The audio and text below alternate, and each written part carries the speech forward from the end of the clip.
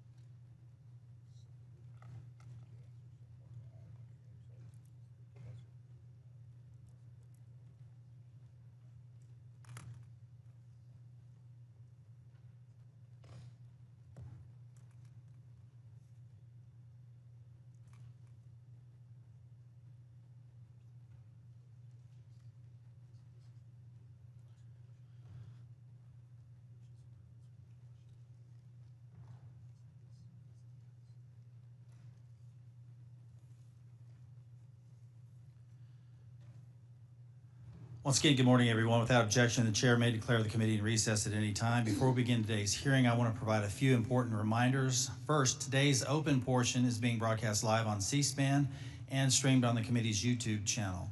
This open portion of the hearing will be conducted entirely on an unclassified basis. All participants are reminded to refrain from discussing classified or other sensitive information protected from public disclosure. I will adjourn this open session following completion of one round of questions, and we will then move into a closed session where such questions can be asked.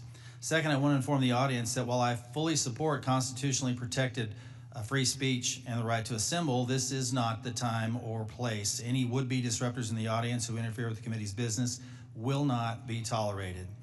For this event, members will have 5 minutes with witnesses. I would ask each of my colleagues to keep both your questions and complete answers from the witnesses within those allotted 5 minutes. Any last questions that can't be answered in time will be submitted for the record.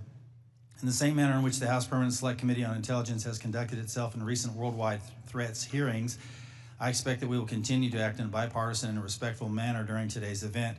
I'm confident all members can treat each of our witnesses today with due respect, consistent with past practice. This worldwide threats hearing provides American people the opportunity to hear directly from our intelligence community leadership on the threats that face our nation. It's my pleasure to welcome our witnesses to today's hearing. Director of National Intelligence, the Honorable Tulsi Gabbard. Director of Central Intelligence Agency, the Honorable John Ratcliffe. Director of the Federal Bureau of Investigation, the Honorable Kash Patel. Director of National Security Agency, General Tim Hawk. Director of Defense Intelligence Agency, Lieutenant General Jeffrey Cruz. Thank you all for being here. First, I want to address an issue that was made public earlier this week regarding a group text message exchange that included several members of President Trump's national security leadership team and a journalist. Yesterday, our colleagues on the Senate Select Committee on Intelligence held their hearing on the annual threat assessment, and unfortunately, instead of exploring the real and existential threats that face our nation, which is the purpose of this hearing, this issue consumed most of their time. While I will address this topic further in my questions, it's my sincere hope that we use this hearing to discuss the many foreign threats facing our nation. I have deep concerns about the state of our national security. The war between Russia and Ukraine has just surpassed 3 years and now includes North Korean troops on the battlefield. Iran remains the world's largest state sponsor of terrorism, supporting terrorist organizations throughout the Middle East like Hezbollah and Hamas, fueling the latter's war with Israel and Gaza. The threat of the Chinese Communist Party, or CCP, has metastasized worldwide, expanding a robust military and espionage capability well beyond the Pacific, including here within the Western Hemisphere. The CCP's aggressiveness in operations below the level of armed conflict continues to grow. For example, they have sponsored cyber attacks against United States critical infrastructure and even recruited a New York State governor's office employee into being an undisclosed agent of the CCP. And after 4 years of a catastrophic open border policy and limited and in many cases no vetting, we have seen an explosion of illegal migrants crossing our border since 2021. In fiscal year 2024, 516 were identified to be known or suspected terrorists, 106 of whom tried to sneak into our country between ports of entry. And these are just the ones we caught of the nearly 3 million encounters recorded by Customs and Border Protection. We've also seen an ISIS-affiliated human smuggling network bringing more than 400 migrants into the United States. And this occurs through networks associated with cartels and gangs from Sinaloa to CJ&G. who present an unacceptable risk to the security of the American people. In the midst of such threats, many have understandably lost trust in the intelligence community. One reason I'm particularly concerned about is the pattern of lapses I've seen in analytic integrity and objectivity in some of the assessments provided by the IC in the last few years. From President Trump Russia collusion fiasco to the origins of the COVID-19 pandemic to anomalous health incidents, there have been numerous instances of the IC suppressing certain reporting, using substandard reporting to support a pre-decided thesis, and failure or refusal to consider plausible alternative analyses. That, combined with many other examples of weaponized government, results in a situation where the United States is facing very real threats, while many of our citizens lack trust in those they empower to inform on or counter these threats.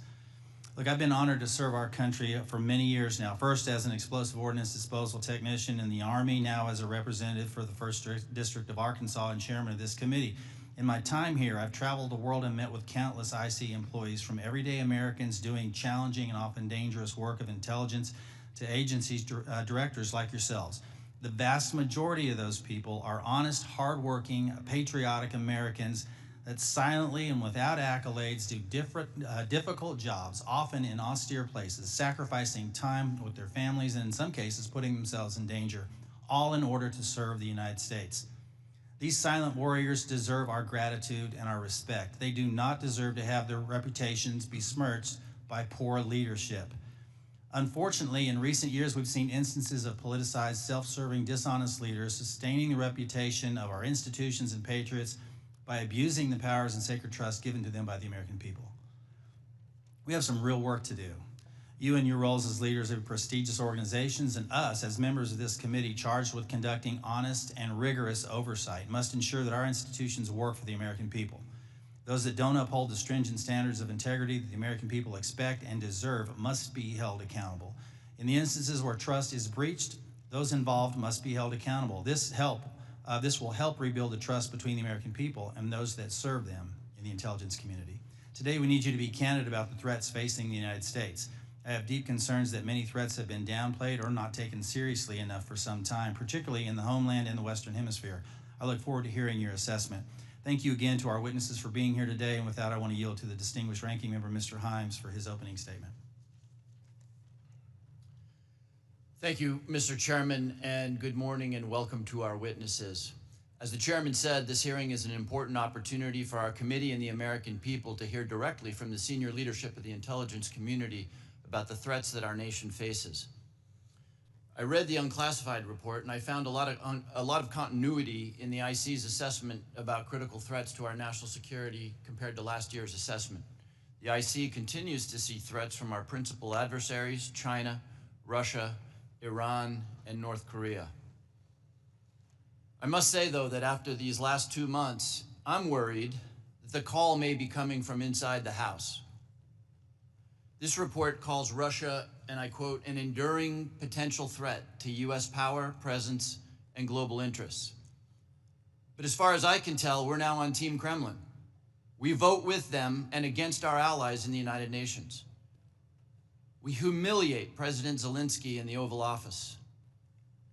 The president's chief Russian negotiator, Steve Witkoff, is repeating Russian talking points and participating on a madcap signal chat about an attack on Yemen while inside Russia. USAID is gone, and with it, all American soft power. If I had time, I would ask the generals at this table about what it means to our national security to give up our soft power. We're no longer helping struggling nations in Africa. China, or worse, terrorists, are filling the vacuum. I wonder how many of those African countries will be named in next year's threat assessment. Thanks to DOJ, the men we paid to guard the most vicious ISIS terrorists in the world in Syria walked off the job. Do you think we'll see their names in this document next year? Elon Musk fired the people who maintain our nuclear weapons. Does that feel like a threat to you? Apparently, all of this mayhem is cheered by the President of the United States and by 20-somethings with laptops and nicknames like Big Balls. But I've been doing this for a long time, and I know that Moscow and Beijing and Tehran and Pyongyang cannot believe their luck. Now we come to learn that people in the most dangerous and sensitive jobs on the planet put extremely specific pre-decisional discussions about a military attack on signal, which could be intercepted by the Russians and the Chinese. Everyone here knows that the Russians or the Chinese could have gotten all of that information, and they could have passed it on to the Houthis, who easily could have repositioned weapons and altered their plans to knock down planes or sink ships. I think that it's by the awesome grace of God that we are not mourning dead pilots right now. The two general officers sitting at the table and the people who work for all of you know that if they had set up and participated in the signal chat, they would be gone. And they know that there's only one response to a mistake of this magnitude. You apologize, you own it, and you stop everything until you can figure out what went wrong and how it might not ever happen again. But that's not what happened.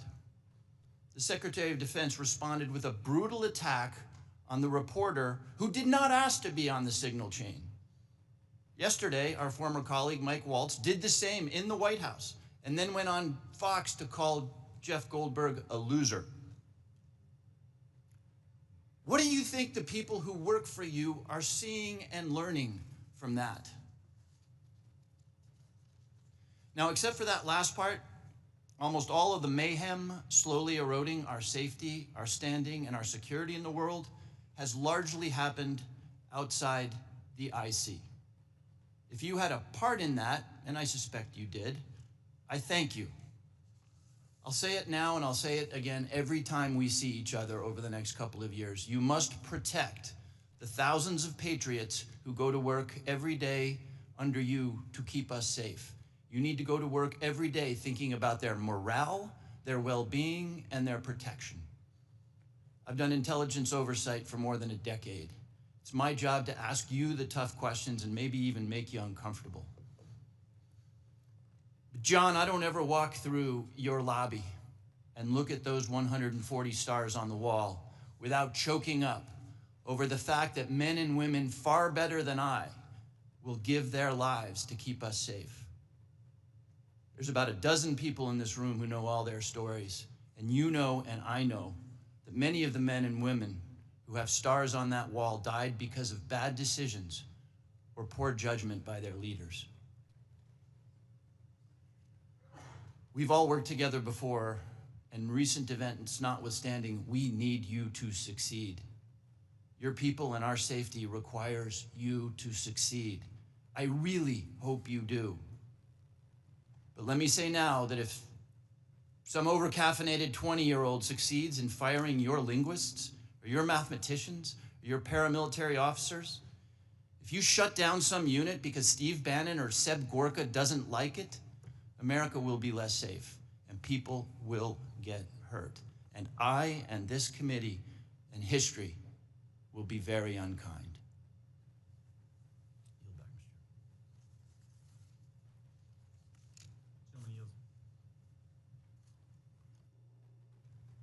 Gentleman yields. Now recognize Director Gabbard to make a statement on behalf of the intelligence community.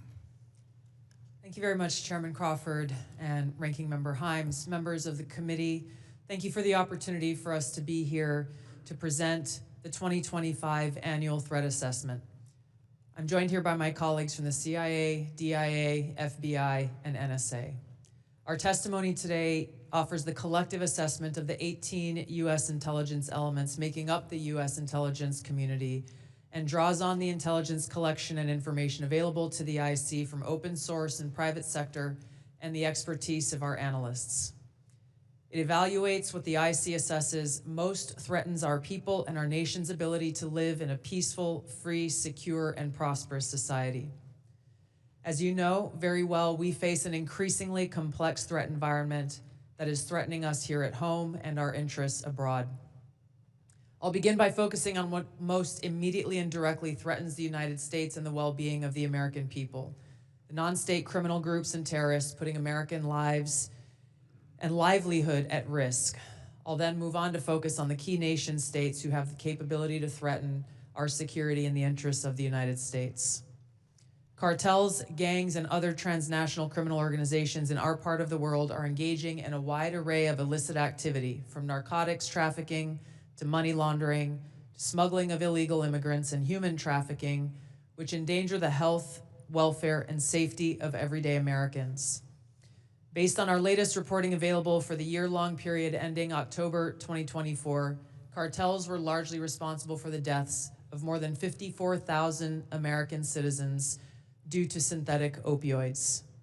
Mexico-based transnational criminal organizations are the main suppliers of illicit fentanyl to the U.S. market and are quickly adapting to enforcement and regulatory pressures by using multiple sources and methods to procure precursor chemicals and equipment, primarily from China and India, many of which are dual-use chemicals used in legitimate industries.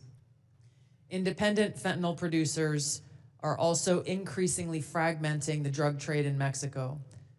The ready availability of precursor chemicals and ease of making illicit fentanyl have enabled independent actors to increase illicit fentanyl production and smuggling operations in Mexico.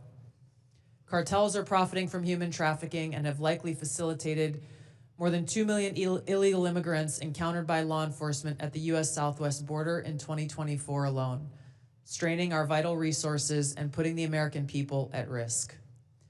Criminal groups drive much of the unrest and lawlessness in the Western Hemisphere. They also engage in extortion, weapons and human smuggling, and other illicit and dangerous revenue-seeking operations, including kidnapping for ransom, forced labor, and sex trafficking. While some of these key drivers of migrants are expected to persist, heightened U.S. border security enforcement and deportations under the Trump administration are proving to serve as a deterrent for migrants seeking to illegally cross our borders. U.S. Border Patrol apprehensions along the southwest border in January 2025 dropped 85% from the same period in 2024. Transnational Islamist extremists such as ISIS and Al-Qaeda and affiliated jihadi groups continue to pursue, enable, or inspire attacks against the United States and our citizens abroad and within the homeland to advance their ultimate objective of establishing a global Islamist caliphate. This includes heightened efforts to spread their ideology to recruit and radicalize individuals in the U.S. and the West. While the New Year's Day attacker in New Orleans had no known direct contact with ISIS terrorists, he was influenced and radicalized by ISIS ideological propaganda, as one example. Al-Qaeda and its affiliates continue to call for attacks against the United States as they conduct attacks overseas. These jihadist groups have shown their ability to adapt and evolve, including using new technology and tactics to spread their ideology and recruit new followers. A range of non-state cyber criminals are also targeting our economic interests, our critical infrastructure, and advanced commercial capability for extortion, other coercive pursuits, and financial gain. These actors are using a variety of tactics, including phishing, ransomware, and denial of service attacks to disrupt our systems and steal sensitive and lucrative information, using available technologies and taking advantage of U.S. cyber vulnerabilities. Ransomware actors last year, for example, attacked the largest payment processor for U.S. healthcare institutions, and another set of criminal actors conducted cyber attacks against U.S. water utilities. Some of these non-state cyber actors also operate as proxies for or emulate similar activities being carried out by major state actors. The IC sees China, Russia, Iran, and North Korea engaging in activities that could challenge U.S. capabilities and interests, especially related to our security and economy. They are in some cases working together in different areas to target U.S. interests and to protect themselves from U.S. sanctions. At this point, the IC assesses that China is our most capable strategic competitor. Under the leadership of Xi Jinping, the People's Republic of China seeks to position itself as a leading power in the world stage, economically, technologically, and militarily. Beijing is driven in part by a belief that Washington is pursuing a broad effort to contain China's rise and undermine CCP rule. China's most serious domestic challenge is probably China's slowing economy and the potential instability that could occur if socioeconomic grievances lead to large-scale unrest. Growing economic tensions with the United States and other countries could also weigh on China's plans for economic growth and domestic job creation. China's military is fielding advanced capabilities, including hypersonic weapons, stealth aircraft, advanced submarines, stronger space and cyber warfare assets, and a larger arsenal of nuclear weapons. While it appears they would like to develop and maintain positive ties with the United States and the Trump administration to advance its own interests and avoid conflict, China is building its military capability in part to gain an advantage in the event of a military conflict with the United States around the issue of China's efforts towards unification with the Republic of China, or Taiwan. Beijing is advancing its cyber capabilities for sophisticated operations aimed at stealing sensitive U.S. government and private sector information and pre-positioning additional asymmetric attack options that may be deployed in a conflict. China's cyber activities have been linked to multiple high-profile breaches, including last year's massive compromise of U.S. telecom infrastructure, commonly referred to as Salt Typhoon. Beijing currently dominates global markets and strategically important supply chains, for example, with the mining and processing of several critical minerals. In December, China imposed an export ban to the United States on gallium, germanium, and antimony, all of which are important to the production of semiconductors and our defense technologies. This was in direct response to U.S. export controls on chips designed to broadly limit PRC access to advanced chips and chip-making equipment. China also aims to compete in other critical global industries, including AI, legacy semiconductor chip production, biomanufacturing and genetic sequencing, and medical and pharmaceutical supply production. Russia's nuclear and conventional military capabilities, along with its demonstrated economic and military resilience, make it a formidable competitor. Moscow has more nuclear weapons than any other nation that could inflict catastrophic damage on the United States and the world in the event of a major war that Russian leaders feared put them and their regime at serious risk. In late 2024, Russia announced updates to its public nuclear doctrine, expanding the conditions under which Russia would consider using nuclear weapons. Russia is building a more modern and survivable nuclear force designed to circumvent U.S. missile defense through reliable retaliatory strike potential. It intends to deter the U.S. by holding the U.S. homeland at risk and by having the capabilities to threaten nuclear war in a conflict. Russia's developed advanced cyber capabilities and has attempted to pre-position access to U.S. critical infrastructure for asymmetric options and make it a persistent cyber threat. Russia's cyber activities have been linked to multiple high-profile breaches, including the 2023 hack of Microsoft. Russia is also fielding new capabilities in anti-satellite weapons meant to degrade U.S. and allied space infrastructure. Among Russia's most concerning developments is a new satellite intended to carry a nuclear weapon as an anti-satellite weapon, violating long-standing international law against such activity and putting the U.S. and global economy at risk. Iran continues to seek to expand its influence in the Middle East, despite the degradation to its proxies and defenses during the Gaza conflict. Iran has developed and maintains ballistic missiles, cruise missiles, and UAVs, including systems capable of striking U.S. targets and allies in the region. They've shown a willingness to use these weapons, including during a 2020 attack on U.S. forces in Iraq and in attacks against Israel in April and October 2024. Iran's cyber operations and capabilities also present a serious threat to U.S. networks and data. The IC continues to assess that Iran is not building a nuclear weapon, and Supreme Leader Khamenei has not authorized the nuclear weapons program that he suspended in 2003. We continue to monitor closely if Tehran decides to reauthorize its nuclear weapons program. In the past year, we've seen an erosion of a decades-long taboo in Iran on discussing nuclear weapons in public, likely emboldening nuclear weapons advocates within Iran's decision-making apparatus. Iran's enriched uranium stockpile is at its highest levels and is unprecedented for a state without nuclear weapons. Iran will likely continue efforts to counter Israel and press for a U.S. military withdrawal from the region by aiding, arming, and helping to reconstitute its loose consortium of like-minded terrorist actors, which it refers to as its axis of resistance. Although weakened, this collection of actors still presents a wide range of threats, including to Israel's population and U.S. forces deployed in Iraq and Syria, as well as U.S. and international military and commercial shipping and transit. North Korean leader Kim Jong-un is pursuing stronger strategic and conventional capabilities that can target U.S. forces and allies in the region, as well as the U.S. homeland, to bolster North Korea's leverage and stature, defend its regime, and achieve at least tacit recognition as a nuclear weapons power. Kim's recently cemented strategic partnership with Russia supports these goals by providing him with greater financial, military, and diplomatic support, reducing its reliance on China, and providing North Korean forces and weapons systems with warfighting experience. Kim views his strategic weapons advances, its deepening ties with Russia, and its economic durability as strengthening his negotiating position against Washington's demands for denuclearization and lessening Kim's need for sanctions relief. Since 2022, China, Russia, Iran, and North Korea have grown closer.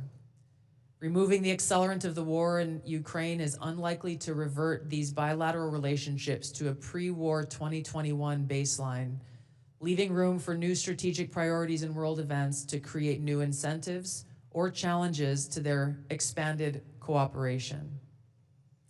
Russia has been a catalyst for much of this expansion, driven heavily by the support it has needed for its war against Ukraine, including protection from U.S. and Western sanctions. In addition to exchange of military and other resource capabilities with North Korea, Russia has relied more heavily on China's financial and defense industry backing and has increased combined military exercises with China. With Iran, Russia has also expanded financial ties to mitigate sanctions. Iran has become a critical military supplier to Russia, especially of UAVs, in exchange for Russian technical support for Iranian weapons, intelligence, and advanced cyber capabilities. The threats that we see to the U.S. to U.S. national security are both complex and multifaceted. In closing, I want to address briefly the signal chat issue that I know many of you are concerned about. The President and National Security Advisor Waltz held a press conference yesterday with a clear message. It was a mistake that a reporter was inadvertently added to a signal chat with high-level national security principals having a policy discussion about imminent strikes against the Houthis and the effects of the strike. The National Security Advisor has taken full responsibility for this, and the National Security Council is conducting an in-depth review along with technical experts working to determine how this reporter was inadvertently added to this chat. The conversation was candid and sensitive, but as the President and National Security Advisor stated, no classified information was shared. There were no sources, methods, locations, or war plans that were shared. This was a standard update to the National Security Cabinet that was provided alongside updates that were given to foreign partners in the region. The Signal Message app comes pre-installed on government devices. In December of 2024, CISA stated, quote, "We strongly urge highly targeted individuals to immediately review and apply best practices provided in the guidance to protect mobile communications, including consistent use of end-to-end encryption." And they named Signal as an app as an example of such an end-to-end encrypted messaging app. Ideally, these conversations occur in person. However, at times, fast-moving coordination of an unclassified nature is necessary where in-person conversation is not an option. I'm also aware that a lawsuit was filed yesterday on this issue. As a result of that pending litigation, I'm limited in my ability to comment further on that specific case. My Office of General Counsel will be in close contact with the Department of Justice on this matter. The most important thing to the American people and to all of us is the success of this military operation against terrorists who have been and continue to attack American service members was extremely successful, thanks to the leadership of President Trump and the actions of our brave men and women in uniform. As the heads of the American people's intelligence community, we will continue to provide the President, you in Congress, and our warfighters with timely, unbiased, relevant intelligence to keep our country secure, free, prosperous, and at peace. Thank you, Mr. Chairman. Thank you, Director Gabbard. We now turn to member questions. I'll recognize myself for 5 minutes. I want to talk about, before I get into the threats, I want to talk about something we've talked about in this committee and in this setting before. We've had IC agency leaders commit to complying with our document requests but not follow through. I don't know if this is due to direction from previous administration or middle management obstruction, but I find it completely unacceptable. In fact, I had to subpoena the NSA in order to cooperate with our AHI investigation last year. As you all know, it's the charge of this committee to conduct rigorous oversight, and part of that oversight is to occasionally requires us that we request documents from your organizations to enable our investigations. We cannot adequately do our jobs without your partnership and your cooperation.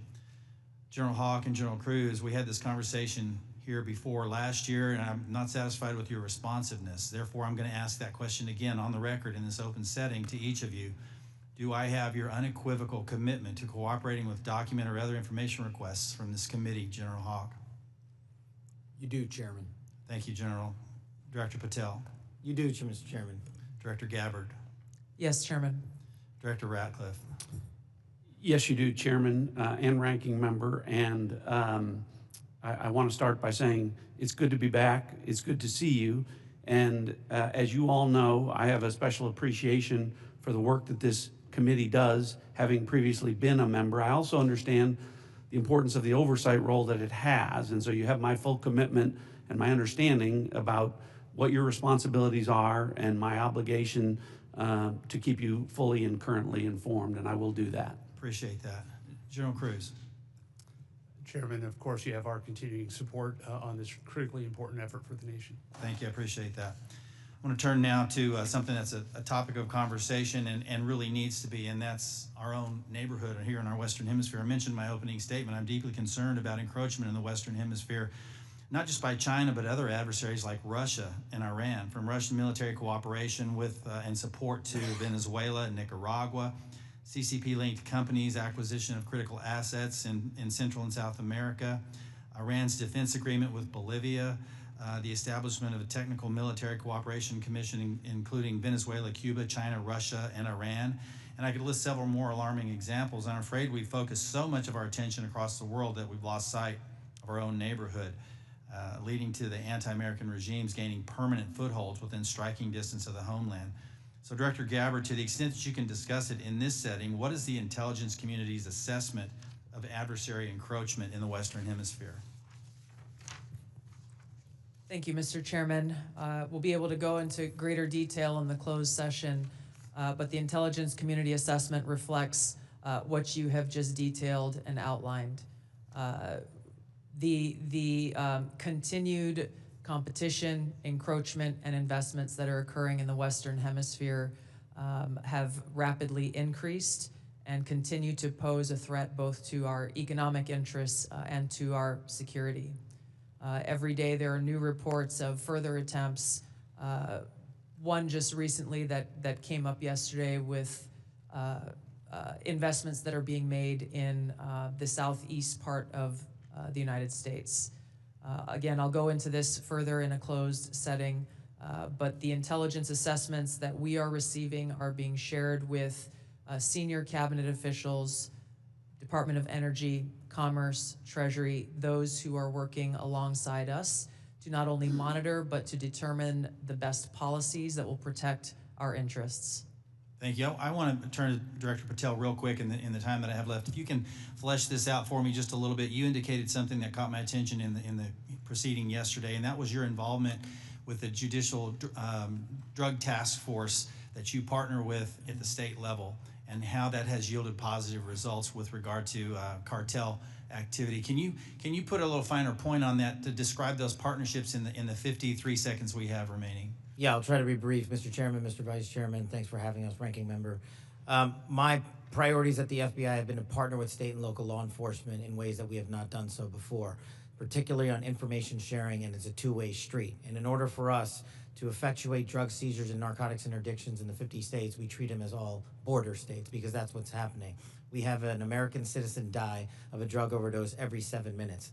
That is wildly out of control and unacceptable. But the FBI cannot do that mandate and secure the American people from Washington, D.C. So we're putting resources in the field. We were working with our partners at the state and local level, and we are seeing immediate results, as we are seeing in Arkansas, as I outlined yesterday, with hundreds of arrests, thousands of pounds of narcotics seized, dozens of weapons, and multiple indictments.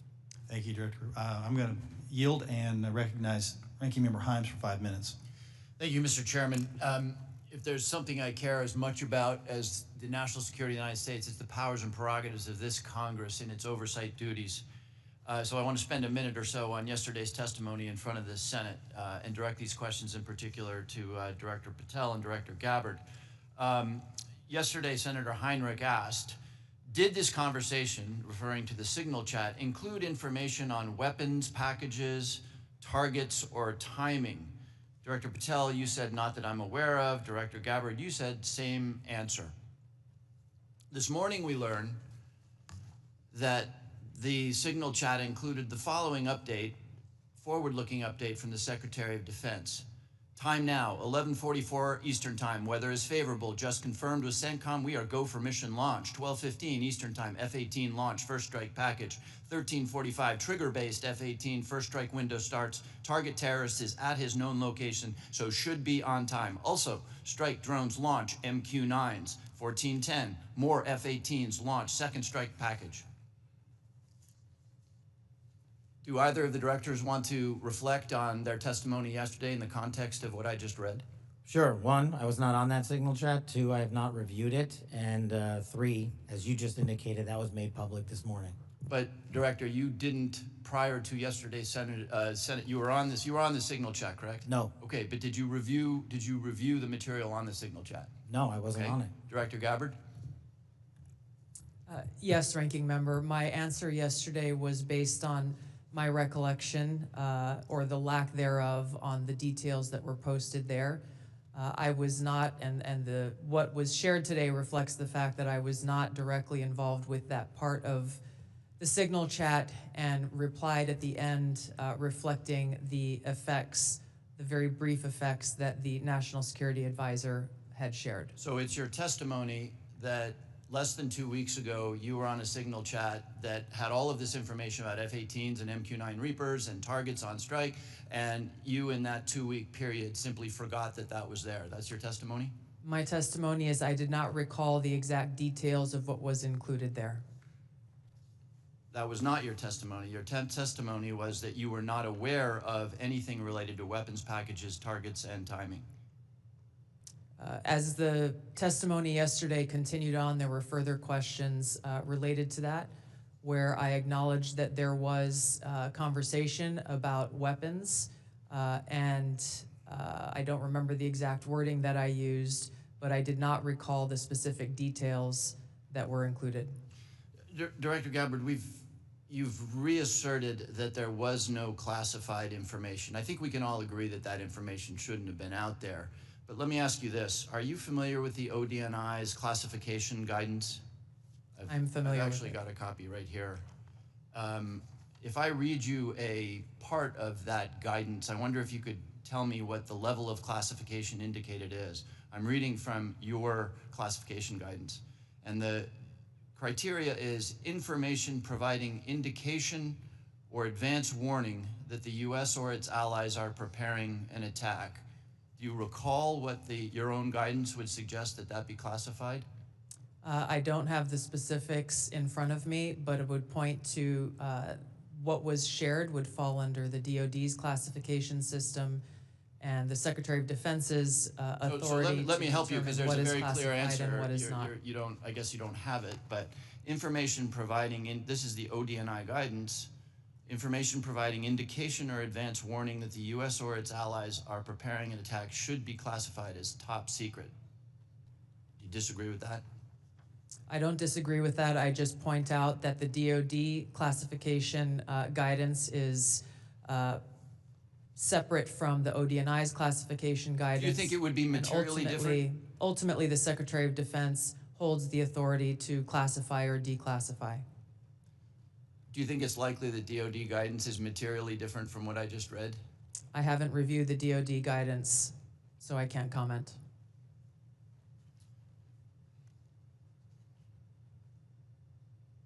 Director Gabbard, a lot of this suggests sort of a lack of sobriety. When there's punch emojis and fire emojis, it's a lack of sobriety. I don't mean that literally. But I have one last question for you, because I think people really listen to what you have to say. You, on March 15th, as DNI, retweeted a post from Ian Miles Chong, who is listed on RT, that's Russia Today's website, as, quote, a political and cultural commentator who has contributed content to RT since at least 2022. Director Gabbard, do you think that it's responsible for you as head of the intelligence community and the principal presidential intelligence advisor to retweet posts from individuals affiliated with Russian state media? That retweet came from my personal account, and I would have to go back to look at the substance of the tweet. Can I, just so that we don't have a lack of confusion amongst our allies and enemies and us, can I act perhaps that you not think that you should be saying one thing on your personal account than you say officially? I maintain my First Amendment rights to be able to express my own personal views on different issues. Thank you. I yield back, Mr. Chairman. Gentleman yields now recognize the distinguished Vice Chairman, General Kelly. Yeah, I now, for the first 30 seconds, Mr. Ratcliffe, or Director Ratcliffe, formerly known as Texas, from this Mississippi guy, I'd like to give you 30 seconds if you have anything to respond to what Ms. Gabbard Director Gabbard, I'm sorry, just said. Well, Mississippi, it's good to see you again, and I appreciate the opportunity. You know, there's so much talk about this Atlantic article and about things that were said and that could have happened instead of a focus on what did happen. So my responsibility as CIA director, one of its responsibilities is to kill terrorists. And that's exactly what I did along with President Trump's excellent national security team. That's what we should be focused on. With regard to that article, I also would appreciate the opportunity to relay the fact that yesterday I spent 4 hours answering questions from senators as a result of that article that were intimating that I transmitted classified information because there were hidden messages. Those messages were revealed today and revealed that I did not transmit classified information, and that the reporter, who I don't know, I think intentionally intended it to indicate that. That reporter also indicated that I had released the name of an undercover CIA operative in that signal chain. In fact, I had released the name of my chief of staff, who is not operating undercover. That was deliberately false and misleading, and I appreciate the opportunity to reflect that my answers haven't changed. I used an appropriate channel to communicate sensitive information. It was permissible to do so. I didn't transfer any classified information.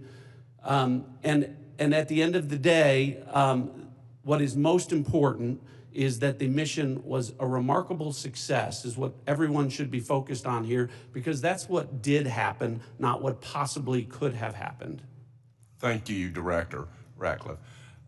Director Patel, thank you for the great job that you've done. So first of all, your coordination and trying to comply with the letter that was sent last year and the year before asking for the baseball shooting, of which what I got was basically what happened on the field, and I was there, so I don't need to know that, although no one from the FBI ever talked to me about what happened. They talked to people who were not there. But I appreciate your commitment to getting us the full unredacted report, or the redactions are to protect innocent people who are not part of the process, not the people who made decisions to classify that as suicide by a cop as opposed to an assassination attempt of many members of Congress, of which I was one. Thank you for your commitment, Director Patel, because I know that you will give us what we have asked for so that we can put this to rest, Mr. Winstrup, myself, and several others. Can I get your commitment to do that, Director Patel? In fact, I just got an update, Mr. Vice Chairman, from my team. You'll have all of those materials to you and your committee by the close of business today, or at the latest tomorrow morning. And just really quickly, Director Ratcliffe, and I don't want to go over time. I think it's so important for everybody to have their time. Can you tell me the impact that DOJ has had in causing you to fire people you shouldn't have fired, or release people who are instruments of national security are no longer there. Tell me if you've had any impact specifically that DOGE has caused you to lose someone who was necessary for national security. Given the fact that as of this date, no one from DOGE has been on the CIA campus, and I've had no direct communication with DOGE other than conversations with Elon Musk at cabinet meetings, I would say the impact is zero. Director Patel? I'm in a similar situation. We do work with DOGE on government efficiencies, but I have not seen any negative impacts at the FBI. Thank you very much. And Director Gabbard, it's good to see you again too. You know, I think we were freshmen together, you and I and Director Ratcliffe, and I'm here and you guys are like there. Have you seen any impact across the whole IC that DOGE has caused things that you can't respond to? Yeah. Thank you, Congressman. It's great to see you all again here. The answer is no. Similar with Director Ratcliffe, DOGE has not been at ODNI. The President understands the essential national security mission that we have, and we are going through our own internal assessments to ensure we're achieving the effects in an efficient way that is responsible to the American taxpayer. Yield back, Mr. Chairman. Gentleman yields. Mr. Carson. Thank you, Chairman, to the witnesses, many of whom I've worked with in the past. It appears that this year's report omitted any discussion of transnational concerns like global health security, infectious diseases, and the role of conflict, violence, and political instability play as drivers of migration. Coupled with the administration's cuts to USAID and other international assistance, particularly health and humanitarian assistance, won't these reductions and eliminations increase regional instability and volatility in areas already at high risk for threats? Was the IC consulted at all in the decisions to eliminate such critical funding, and why weren't these risks included in this year's report? Thank you for the question, Congressman. The direction that I gave to our National Intelligence Council as they were putting together the annual threat assessment was to focus on the most direct and extreme threats that we face from non-state and state actors. While I acknowledge the factors that you've mentioned create an environment that our operators and intelligence officials need to be aware of, this year's annual threat assessment was really more targeted to focus on the direct threats that we have the ability to affect and impact. Some of those were included here that you mentioned with regard to the effects and impacts of USAID. That assessment has not yet been done, at least to my knowledge, and was not considered to be included here.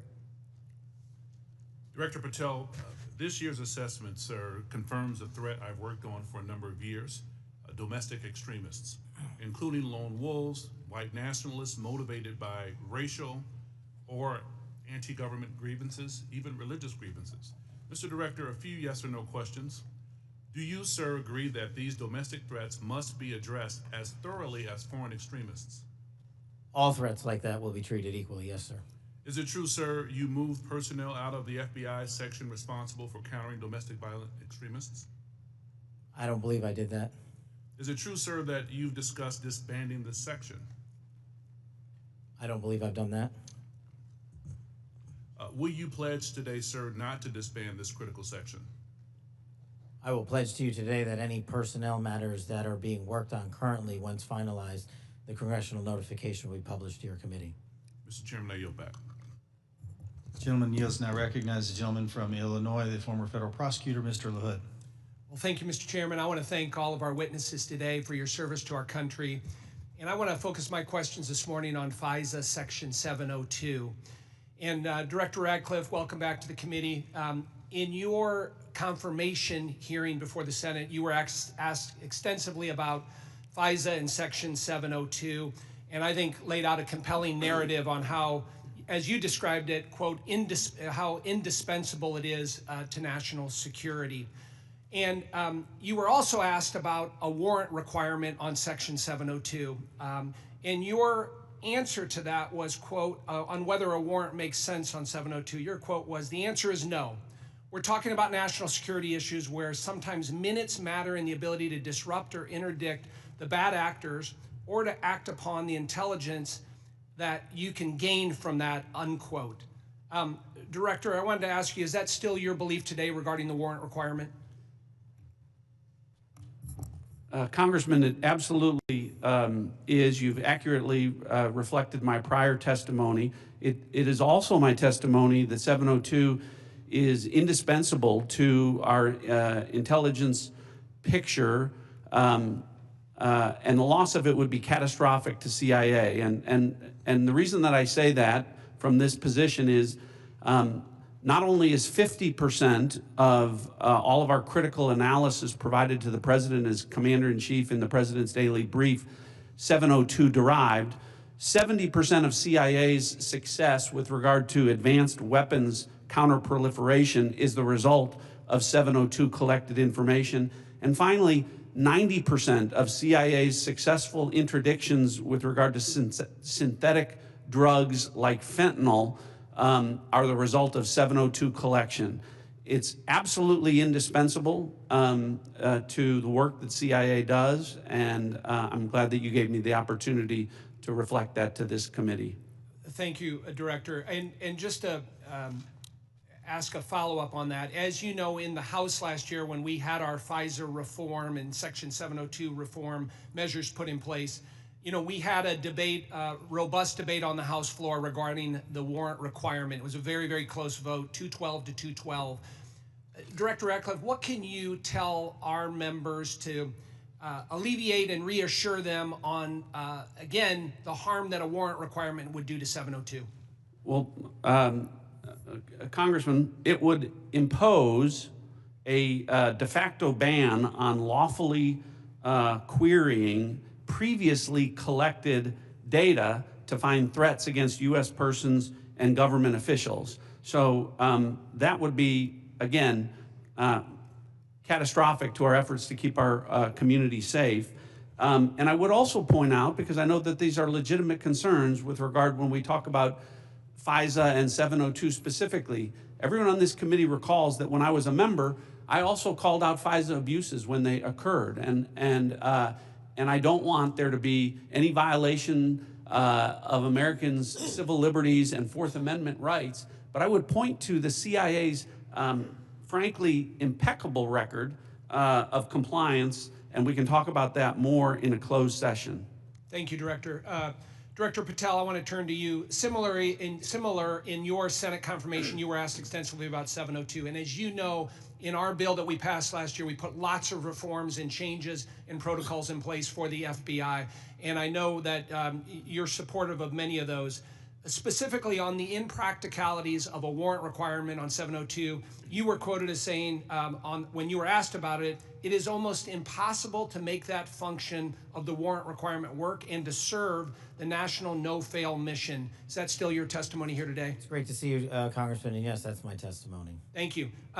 As you know, the reforms that we put in place were significant, requiring the FBI personnel to get a supervisor or attorney approval to conduct U.S. person inquiries, requiring high-level approvals up to the FBI deputy director level before certain queries are conducted on U.S. elected or appointed officials, candidates, or media personnel, requiring the Department of Justice to audit all U.S. person queries performed by the FBI within 6 months of each, of 6 months of each query, reducing the number of FBI personnel who have the ability to query. Can you talk about the current implementation of those reforms and how that's going, Director Patel? Absolutely.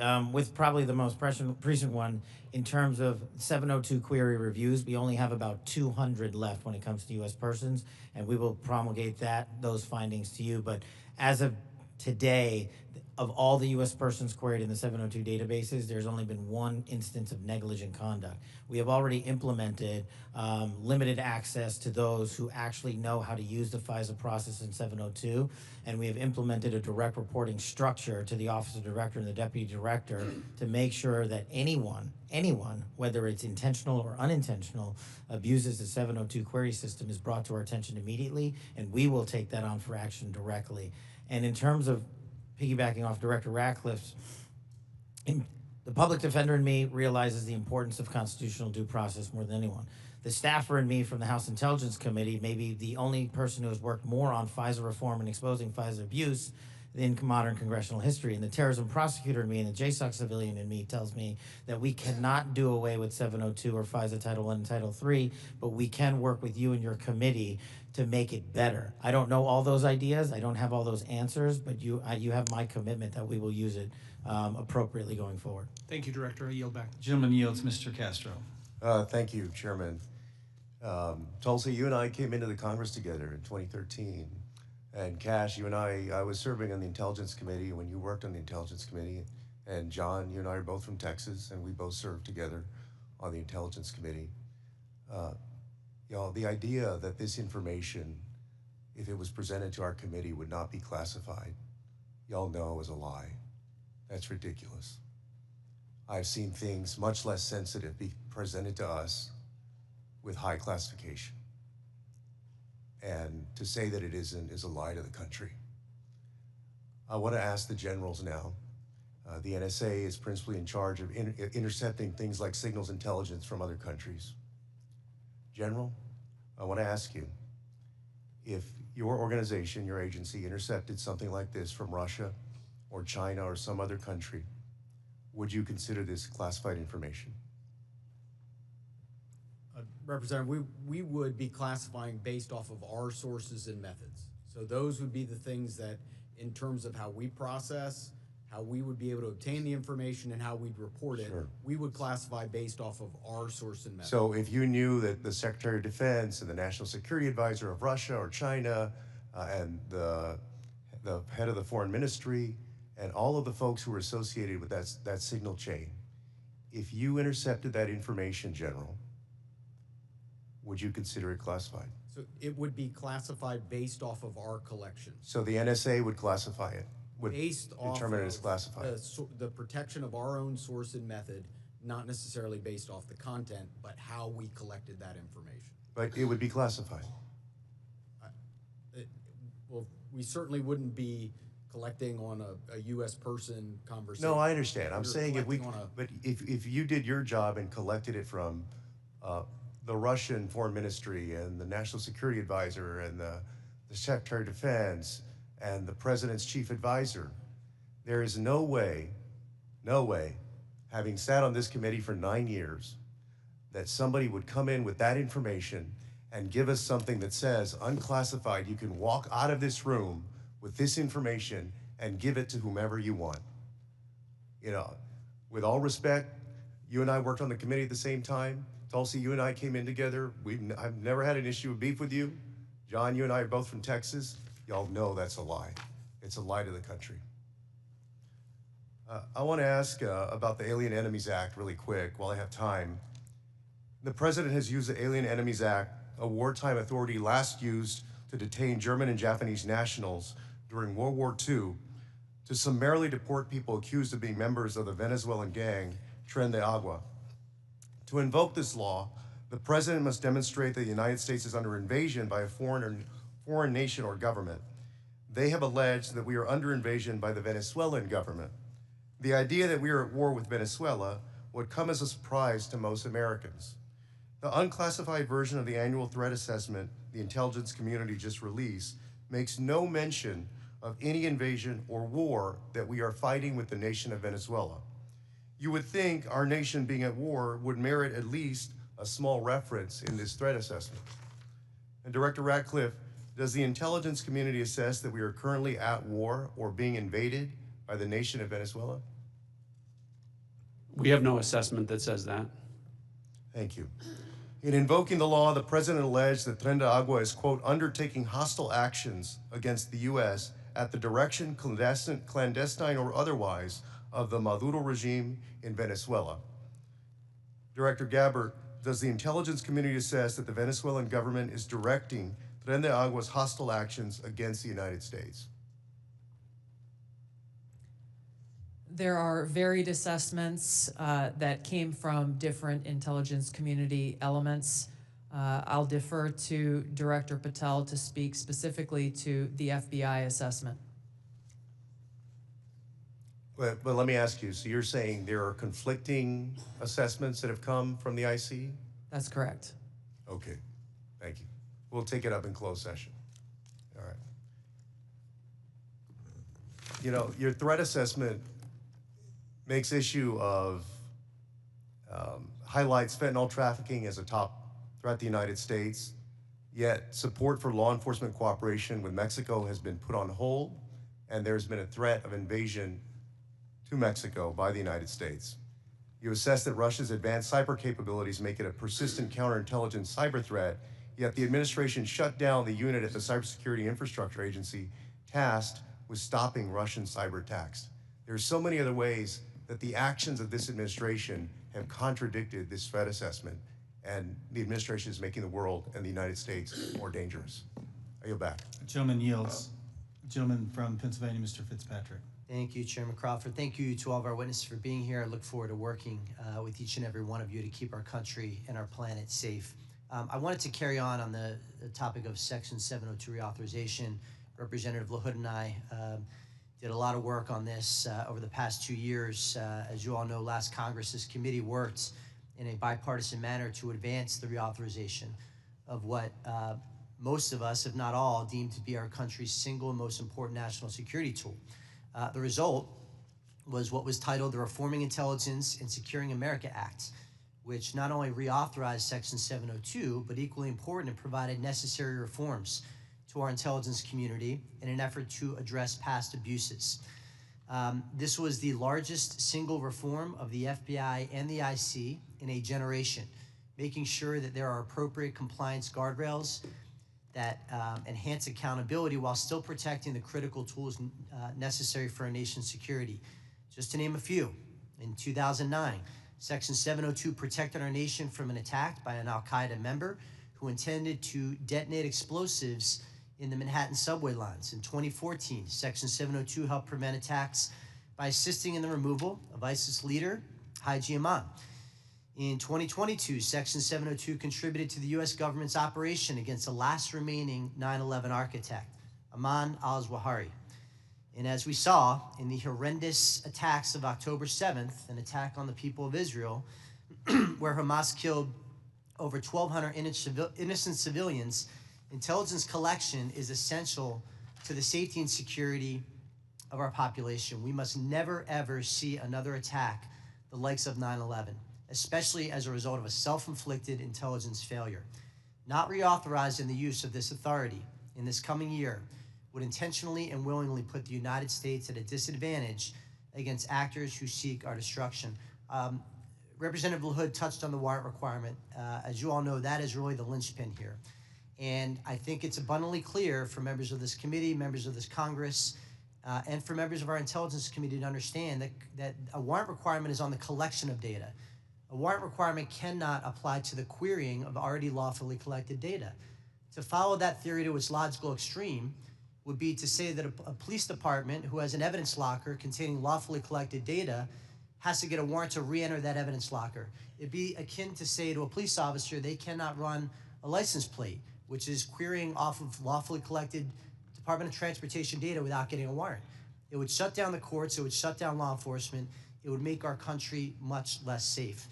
So I want to ask Director Patel, Director Radcliffe, I want to yield the floor to you as we will be working with all of you, particularly your two agencies on reauthorization, to share your thoughts.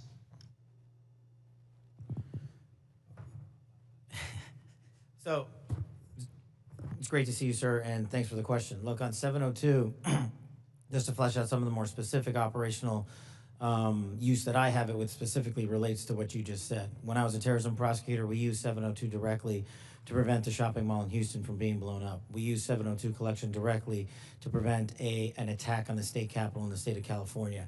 And those individuals were prosecuted and are currently in prison. And balancing that awesome responsibility with the constitutional protections that every American should have when we're talking about U.S. persons specifically is something that I keep in mind on every single decision surrounding 702. But as Director Radcliffe stated, and it has been my experience, while I understand and appreciate the concerns for the warrant requirement based on U.S. persons, if there is a solution that allows that to happen in real time, then we can have that discussion. But I have not encountered one, and thus it obviates the need, in my in my perspective, in my mission set to protect the American people and hunt down criminals in its application. So where it is now with the reforms y'all have implemented, we've done a great job on protecting American civil liberties, and I'm always open to, and I do believe we can do some more. Director Ratcliffe? Good to see you again, Congressman. I agree with Director Patel's comments with regard to that. I'll start out by saying, obviously in this role, I'm not a policymaker, but at the appropriate time, when this comes up for renewal, I think I made it clear and will make it clear from the CIA's perspective, the indispensability of 702 as a tool to providing the Commander-in-Chief an accurate picture of the threat environment. You mentioned some examples of 702 success. When we get into the classified session later this afternoon, I have some further examples of 702 success that we can talk about, and I think that reflects my position. Thank you all. I yield back. The gentleman yields. Mr. Krishnamurthy. Good morning. Thank you, Mr. Chair, and thank you to our witnesses for coming. Thank you for your service. Director Gabbard, you said no classified information was included in the signal chat, correct? That's correct. And President Trump also said there was no classified information in the signal chat, and Secretary Hegseth said nobody was texting war plans. There was absolutely no classified info in that chat. Lieutenant General Cruz, I'd like to talk to you about a couple things real quick. Executive Order 13526, Section 1.4a. This is the Trump administration's executive order with regard to classified information. It says, information shall be classified if its unauthorized disclosure could reasonably be expected to cause damage to national security, including military plans, weapons systems, or operations. You don't disagree that that's accurately quoted, right? That's an accurate quote from the executive order. And DOD 5200.01, this is the DOD's manual on classification, says, quote, information shall be classified if its unauthorized disclosure could reasonably be expected to cause describable damage to national security. This includes military plans, weapon systems, or operations. You don't disagree that I quoted that accurately, right? That's also an accurate quote. Can I show you I'd like to show you the text that Secretary Hegseth actually published to the world. Now, Lieutenant General Cruz, as Ranking Member Himes said, it says, time now, weather is favorable, just confirmed with CENTCOM we are a go for mission launch. Then it says at 12:15 Eastern, F-18's launch, first strike package. F-18s are military systems, correct? Weapon systems. They are. Okay.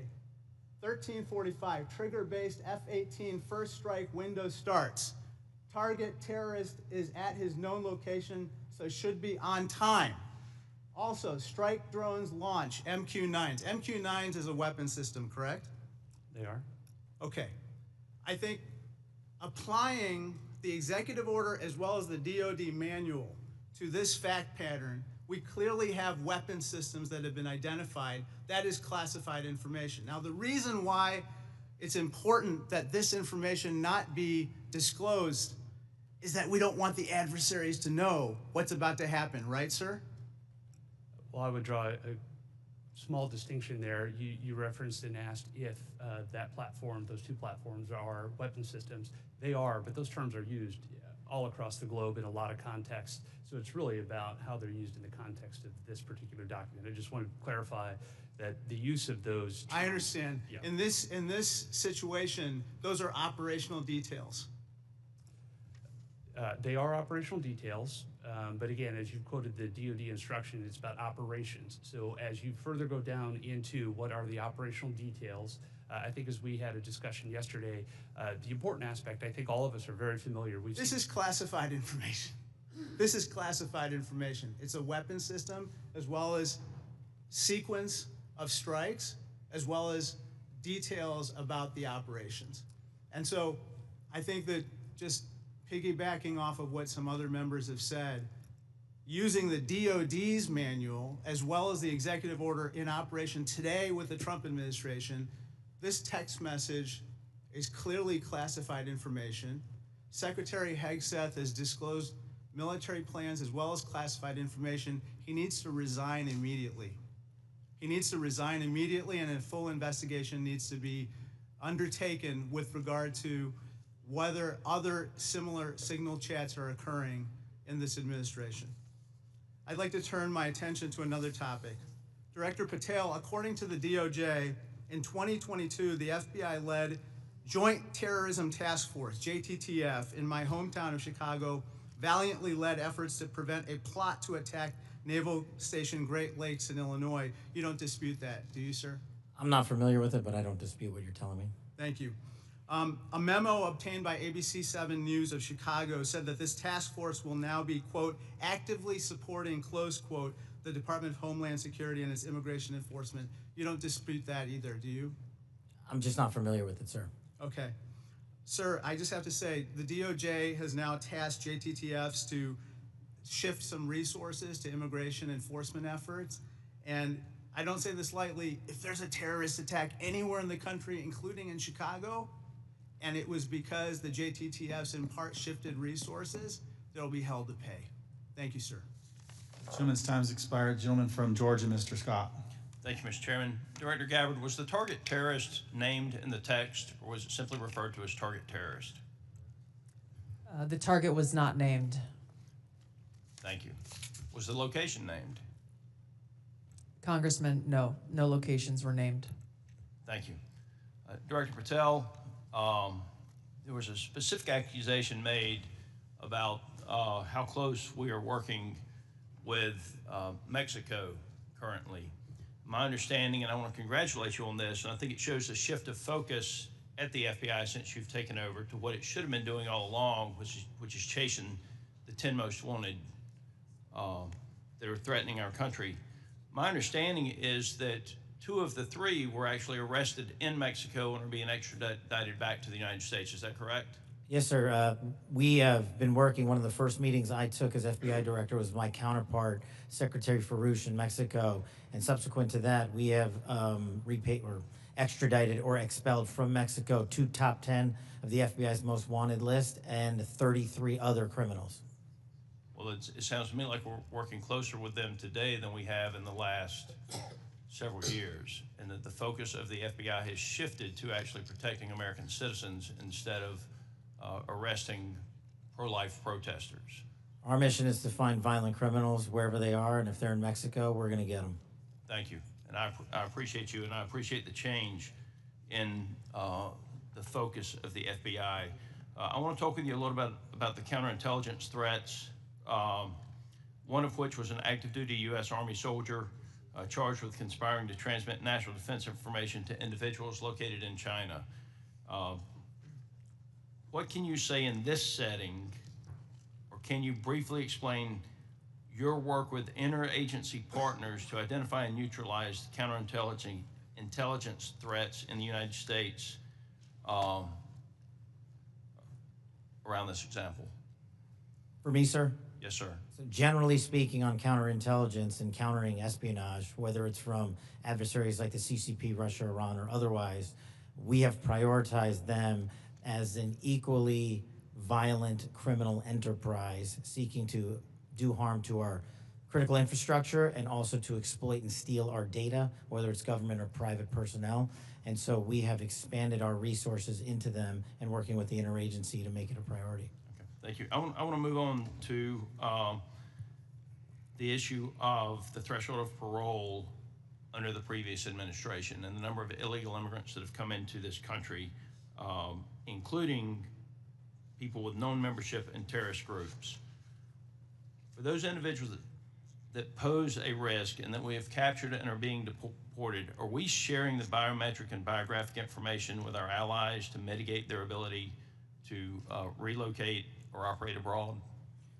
What we are doing at the FBI is sharing the information we're allowed to with our Five Eye partners, and then on an individual basis, we are trying to share information with other partners who deemed individuals that they find of consequence. Okay. As you move further into your position, if you have additional recommendations on how we better share information, please let us know. Yes, sir. Director Ratcliffe, China's influence on the Panama Canal has increased since 2017. Panama became the first Latin American country to sign on to China's Belt and Road Initiative.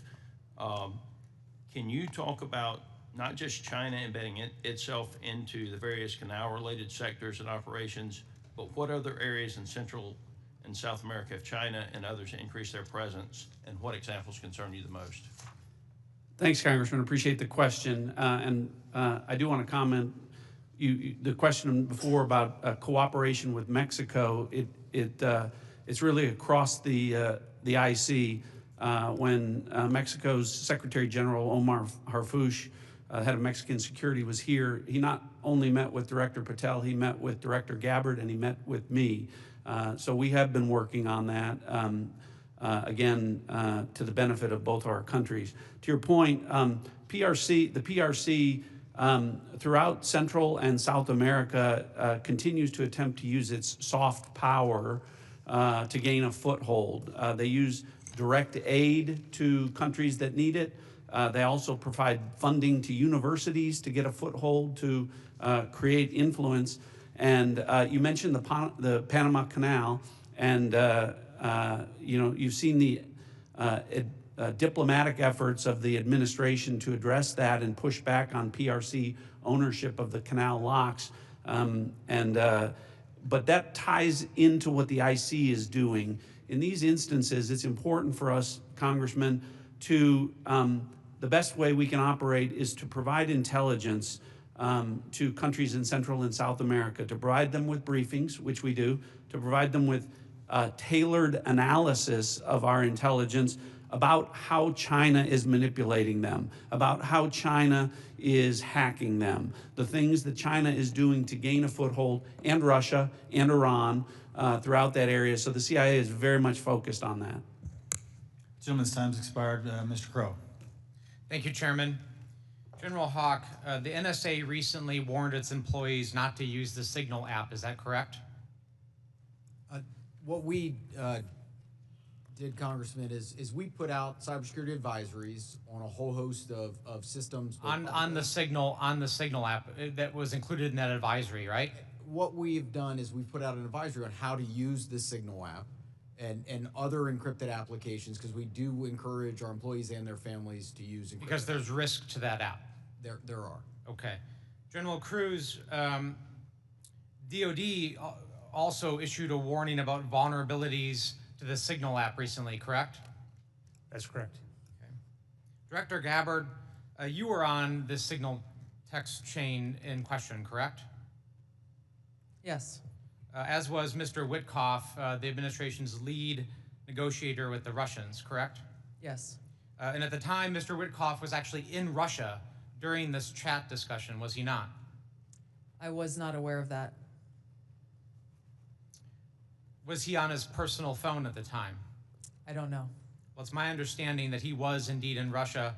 Director Gabbard, you were also traveling during this discussion, correct? Yes. And where were you? I was traveling through the Asia-Pacific region. I don't recall which country I was in at that time. You don't remember the country? I'd have to go back and look at the schedule. Director Gabbard, I want to direct your attention again to the text chain where it says, just confirmed with CENTCOM, we are a go for mission launch. Does that indicate to you that there is about to be a military operation? Yes. Director Gabbard, earlier in this hearing, we heard about the DOD's classification standards. I want to now turn my attention to your classification standards. You're the Director of National Intelligence. The Office of the Director of National Intelligence classification guide says, quote, information providing indication or advance warning that the U.S. or its allies are preparing for an attack, end quote, is to be classified as top secret. Are you familiar with that? Yes. Director Gabbard, have the Houthis indicated an ability to shoot down American aircraft? Yes. They have in fact done so, haven't they? Yes. Including MQ-9 Reapers, haven't they? That's correct. And that was one of the systems used in the attack recently that's the subject of this discussion. Is it not? Correct. General Cruz, are you familiar with this system?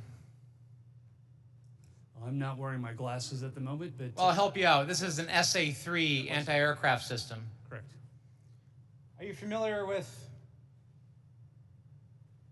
this next system? I am.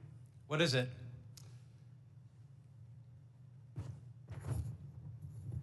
I'm going to have to ask you. It's to an help. SA-6. I'm going to guess that This it is also an advanced anti-aircraft system, is it not? It is. It was used widely in the Balkans in the 90s. Correct. And the Houthis also have this system, don't they? They certainly do. And they've employed it against our aircraft, have they not? They have attempted to. Correct. I spent my life in service to this country. I deployed 3 times to combat in service to this nation. I learned in that time in service that responsibility is core to leadership. You accept responsibility when things go wrong. You admit mistakes. You set the standard from the very top. It is completely outrageous to me that administration officials come before us today with impunity, no acceptance of responsibility, excuse after excuse after excuse, while we send our men and women downrange to do incredibly difficult, incredibly dangerous things on our behalf. And yet, nobody is willing to come to us and say this was wrong. This was a breach of security and we won't do it again. It is outrageous and it is a leadership failure, and that's why Secretary Hegseth, who undoubtedly transmitted classified, sensitive operational information via this chain, must resign immediately. There can be no fixes, there can be no corrections until there is accountability, and I'm calling on the administration to move forward with accountability. I yield back. Gentleman yields. Gentleman from Texas, Mr. Crenshaw. Thank you, Mr. Chairman. Thank you all for being here. Good to see many of you again, and thank you for enduring 2 long days. I will note I always use fire emojis when I see terrorists getting killed. And I want to talk about cartels. This is a subject that is near and dear to my heart. I've been investigating it thoroughly for the last couple of years, and I'm glad to see that it's mentioned in all of your opening statements. I mentioned it at the very beginning of the threat assessment. There's a lot to work on here. One of our task force, we had a cartel task force in Congress. One of our key findings was that there needs to be a centralized, maybe call it authority, or maybe call it office, maybe call it cartel czar within the administration that actually coordinates all the very different aspects of fighting this battle. Has anything like that been talked about? I'll go to you, Director Gabbard. Thank you, Congressman. It's good to see you again. This is very much central to the conversations and planning and execution of the president's focus on targeting the cartels and the threats that they pose to the American people. Homeland security task forces are being set up that include across the government integration. I can speak from my standpoint from the intelligence community, and our National Counterterrorism Center is leaning heavily forward into gathering and consolidating and integrating the intelligence that comes from DEA and others who've been working this issue for a while to make it so that it can be shared and integrated through the federal, state, and local law enforcement equities who are going after this problem. Yeah, we'll talk a lot more about that exact thing in closed session, but at a higher level, our recommendation is there needs to be someone at a much higher level that coordinates state, DOD, CIA, FBI, Homeland. It's a massive problem, one I'm all too familiar with. Director Patel, the FBI is tasked with working foreign corruption charges. In the past administration, the FBI told me they actually don't focus on Mexico very much. Because, now in their defense, they say the reason is because they won't get anything out of it, because they don't have a cooperative government to work with. I think a lot has changed. Do I have your commitment that we will at least start following up on those, because the judiciary system in Mexico is a key component in our failures to address the cartels? You do, Congressman. Apologies for not getting back to you sooner. You're good. I appreciate it. I also want to ask you that the FBI has disrupted an alarming number of terrorist attacks in the last year, last 2 years. Great on the FBI for doing that. I don't think many Americans realize how good the FBI has been at this. But this also gets to the conversation earlier about FISA 702. One of the main arguments I tried to I wanted to argue with my colleagues on this was, when you have a warrant process for the query, what you will fail to do is connect the dots between the domestic and the international threat. And those connections are there, as we see all the time. Would you agree with that, that we need to maintain that process in a responsible way, of course? I do, sir. I appreciate that. Director Gabbard, in my remaining time, I want to ask you, because of my, and this may go to our General Cruz as well, because of my work on energy and commerce, we have an issue there with broadband spectrum auctions, and of course this affects our intelligence community in a very large way, and our DoD.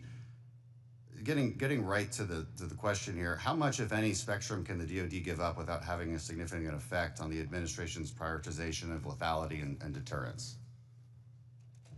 I'll defer to General Cruz, specific to DoD. I certainly wouldn't want to speak for all of DoD, and I think the committee is already in a fantastic conversation with the DoD on that issue. But broadly, what I would say is DoD has laid out the portions of the spectrum that it believes for both operational capabilities, and in closed session, I am more than happy to walk you through from the intelligence portion of the mission that we do. There are two different portions of the spectrum. We often talk about one, but not the other, and in closed session, I'd be more than happy to tell you why the other portion of the spectrum is important to national security. Sure, and the details are obviously classified, but we can talk about X and S spectrums and get a better idea for the public about, because the public would benefit from telecom having the ability to use some of these. When we look at 5G networks, 6G networks, so it's a conversation that we need to have on a much longer time to do so, which I've run out of. So I yield back. Thank you. Gentleman yields. Dr. Barra. Thank you, Mr. Chairman. You know, I associate myself with the comments of my colleague, Congressman Crow. I'm deeply disappointed in how we're handling this breach of protocol and so forth. You know, every year at the beginning of Congress, we take an oath to office. You know, this is an awesome responsibility to be a member of Congress, to protect our country. We have no greater responsibility than to protect our homeland. And you know, when I walk into this committee and the honor of being on this committee, I don't see Democrats and Republicans. I see folks that every day want to do the same thing. But as Congressman Crow suggested, the mark of leadership, and we all are leaders in this room, is to accept responsibility when mistakes happen. And that signal chat was a mistake. I'm not here to impugn your character. You were all nominated by the president. You were all confirmed by the president. But we have an awesome responsibility and incredible responsibility to the American people. And then given that we are the United States of America, we have a responsibility to the world. And this really was a breach of protocol.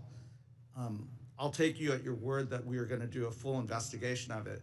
Our responsibility as oversight is to understand this breach, understand who leaked information, how that happened, and then hold those responsible. You know, I 100% agree with the chairman in his opening statement. He said, where trust is breached, those responsible need to be held accountable.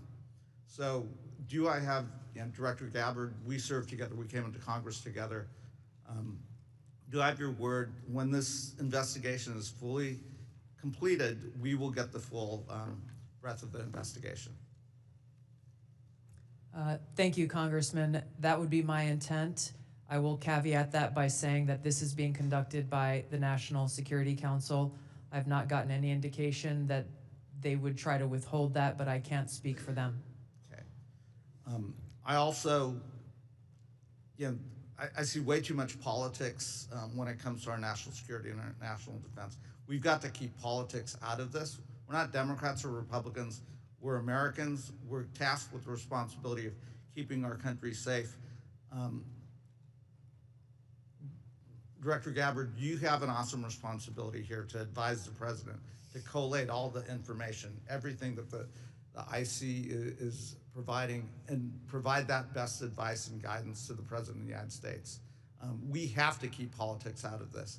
Even if the President disagrees with this, if it goes against his personal wishes, if he's considering an order that potentially is unconstitutional or illegal or compromises our security, I want your word that you will always provide and give that honest advice to the President, even if it will make him angry. Thank you, Congressman. I appreciate the question because, as you said, I do take this responsibility very seriously. And it was my commitment to the President, to the Senate, the American people, that as the Director of National Intelligence, I will ensure to provide the President and all of you as policymakers with that unbiased, relevant, and timely intelligence. And to your specific question, the answer is yes. I will inform the President of that accurate, timely, unbiased intelligence reporting, whether it is something that agrees with an assumption or a view or an objective or not. That's my responsibility to him and to the American people. Great.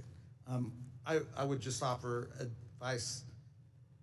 In your role, what you do on your personal devices versus your official devices, you're speaking to the public, and I would just offer, as I conduct myself, what I say personally is always going to be considered Congressman Barra saying it. General Hawk, I've appreciated working with you and have a deep concern about our cyber vulnerabilities. And we will go into some of this in the closed session. But Salt Typhoon is something we take very seriously, as well as Volt Typhoon and the compromises. Can you just briefly give us an update of where we are with those two?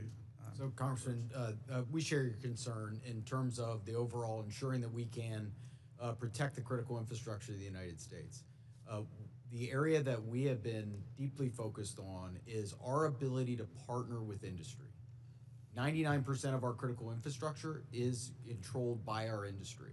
So our ability to bring government information to be able to understand what threats look like and the origin of those threats, help inform how industry can defend that and also create the necessary equipment to ensure that we're secure. That partnership continues to grow, and that's really one of our key priorities. And I'll be able to go in closed session into more detail about the specific actions we've done together as an interagency with our industry teammates. Right, thank you, and I yield back. Gentleman yields. A gentleman from Pennsylvania, General Perry. Thank you, Mr. Chairman. Thank you, ladies and gentlemen, for your attendance and your service to national security for our country. I'm going to start with Director Patel and then go to Director Gabbard.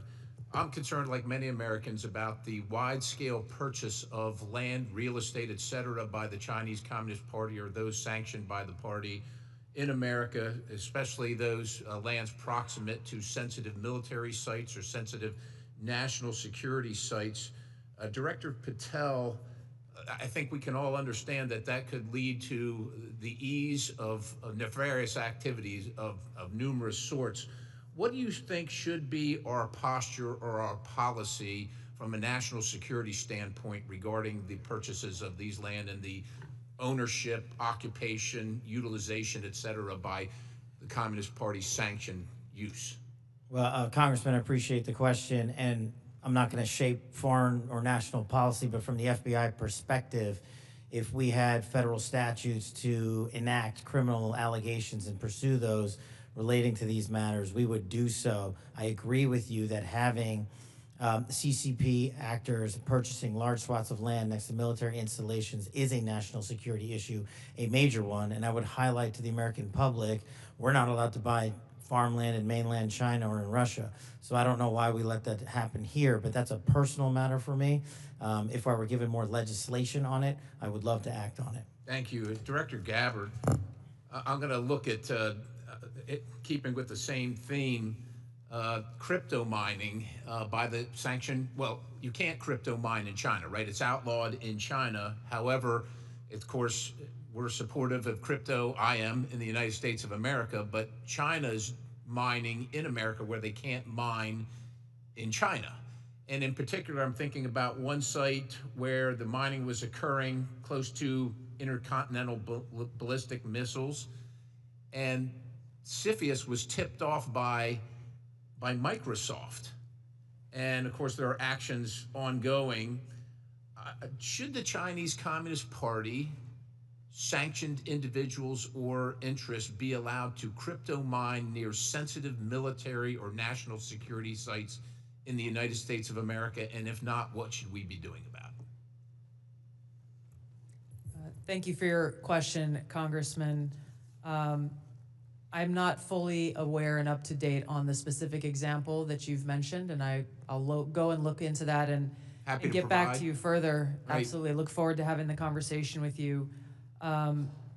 Broadly, this is obviously a concern, that any of these activities occurring near or around any of our military sites creates that potential national security risk and the potential for foreign intelligence collection.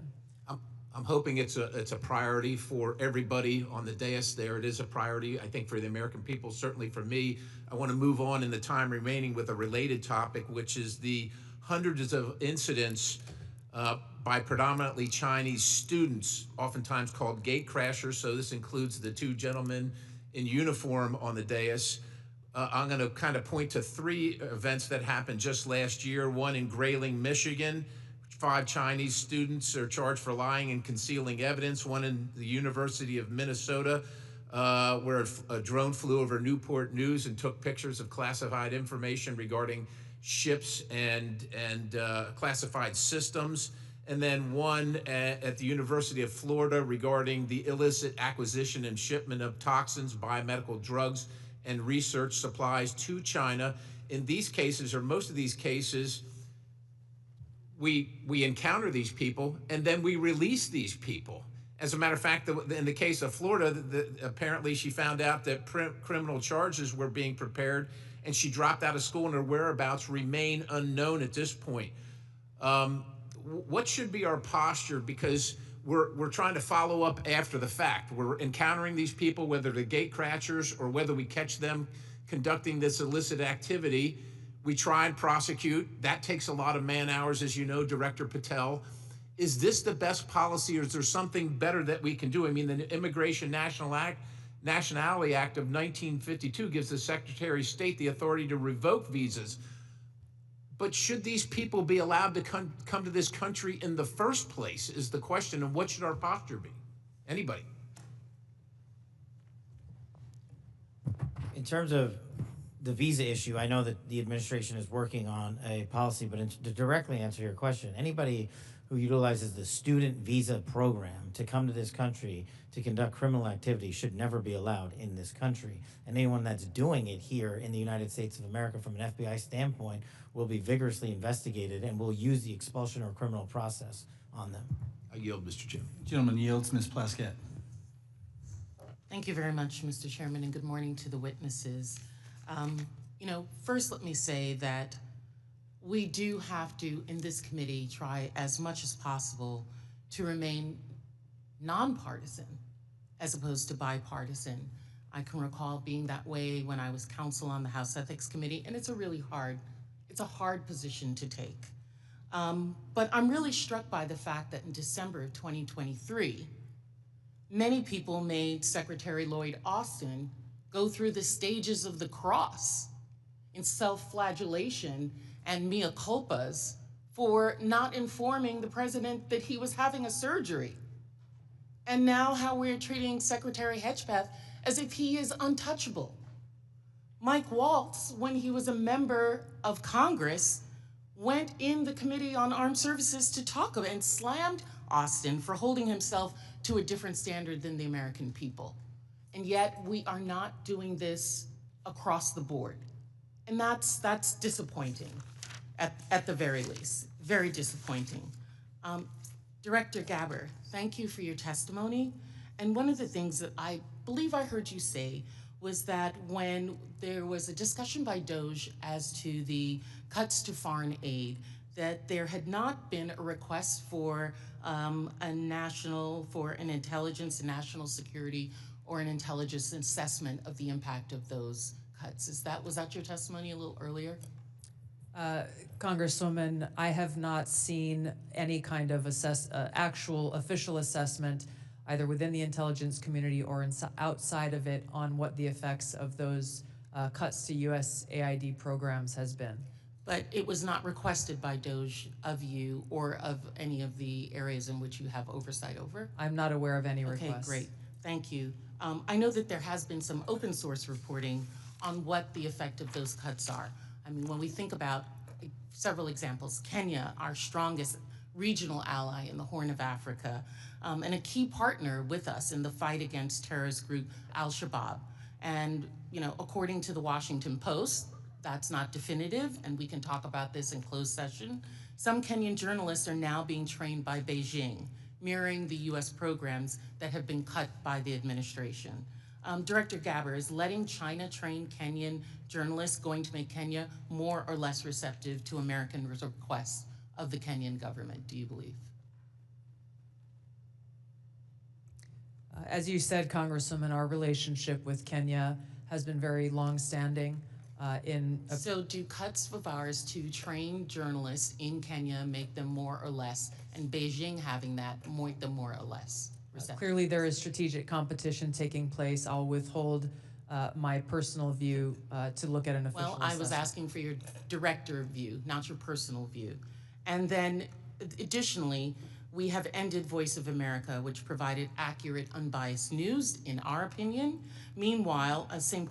Petersburg University has announced that it's opened 11 Russian language centers across Africa that pay special attention to the promotion of traditional Russian spiritual and moral values. Director Gabbard, is Russia a friend or a foe? Are they our friend or our adversary? They are an adversary. Thank you. I believe that this reckless cuts make terrorism and our influence in Africa, which is on the front lines of terrorism, a real threat to us, and we need to be careful of it.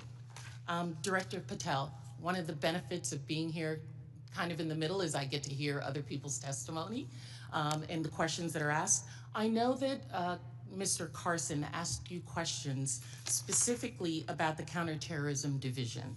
And we know that there has been some open source reporting that says that individuals within that division have been removed or been moved, not necessarily fired, but moved. Do you know if that is correct? I don't have any personal information on that, but people within the CTD component, which is a large component of the FBI, move all the time. And have they been moved? Are you able to get that information to us, whether they have or have not been moved? I'll go back to my team and see who has been moved. If you have a particular interest, we'll share it with you. Of course, we have an interest in Counterterrorism Division and movement of individuals within that. Because one of the other things I'm concerned about is you have stated, I believe in other areas, that the disbandment of certain sections of the FBI related to intel and breaking up components. Can you explain to us how you intend to do that or what you would like to do and why? My intention is to reprioritize counterintelligence authorities and cyber capabilities to focus on violent crime and national security, and that's what I'm doing. The gentlewoman's time has expired. Thank you. The gentlewoman from Missouri, Madam Ambassador, Ms. Wagner. I thank you, Mr. Chairman, and I thank all of you for being here and for your continued service to our country. Director Ratcliffe, you have repeatedly stated that China is our top national security threat, and I agree. What was the biggest gap in intelligence collection toward China during the previous administration? Good to see you, Congresswoman.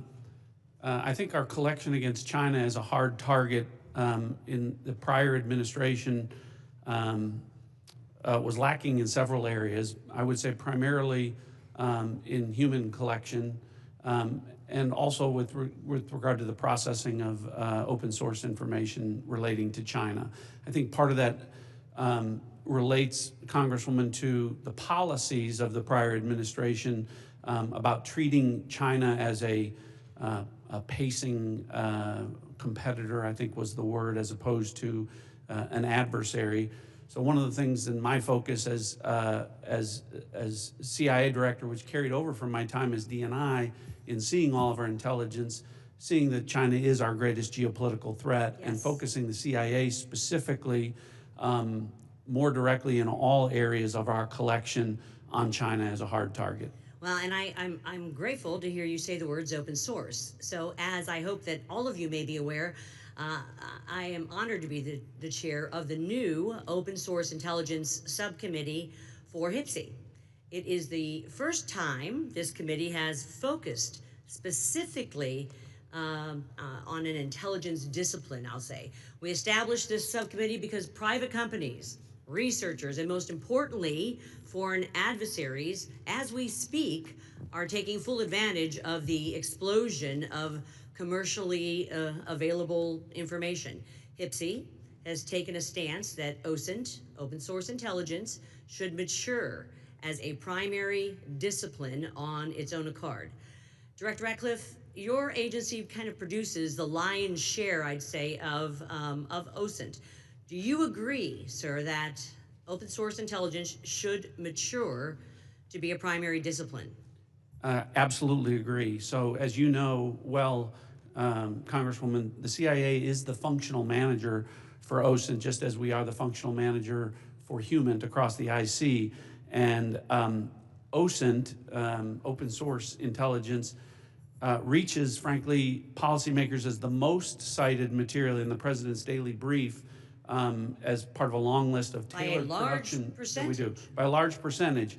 But also, as you know, and as you've pointed out, Congressman, until recently, one of the greatest weaknesses with regard to OSINT was that the collection was so large that it was daunting for use by mission partners across the IC. So the CIA's open source enterprise pioneered the use of AI to triage that collection as it comes in. And what that allows us to do is to summarize collection from over 225 languages into English and to put that in the hands of policymakers, again, showing that the CIA is focused on using technology to tackle some of the challenges to intelligence collection. There is so much innovation in technology in this, and the investments being made across the IC to purchase data, but it appears to be in silos, to be perfectly honest, and lacking maybe an integrated approach.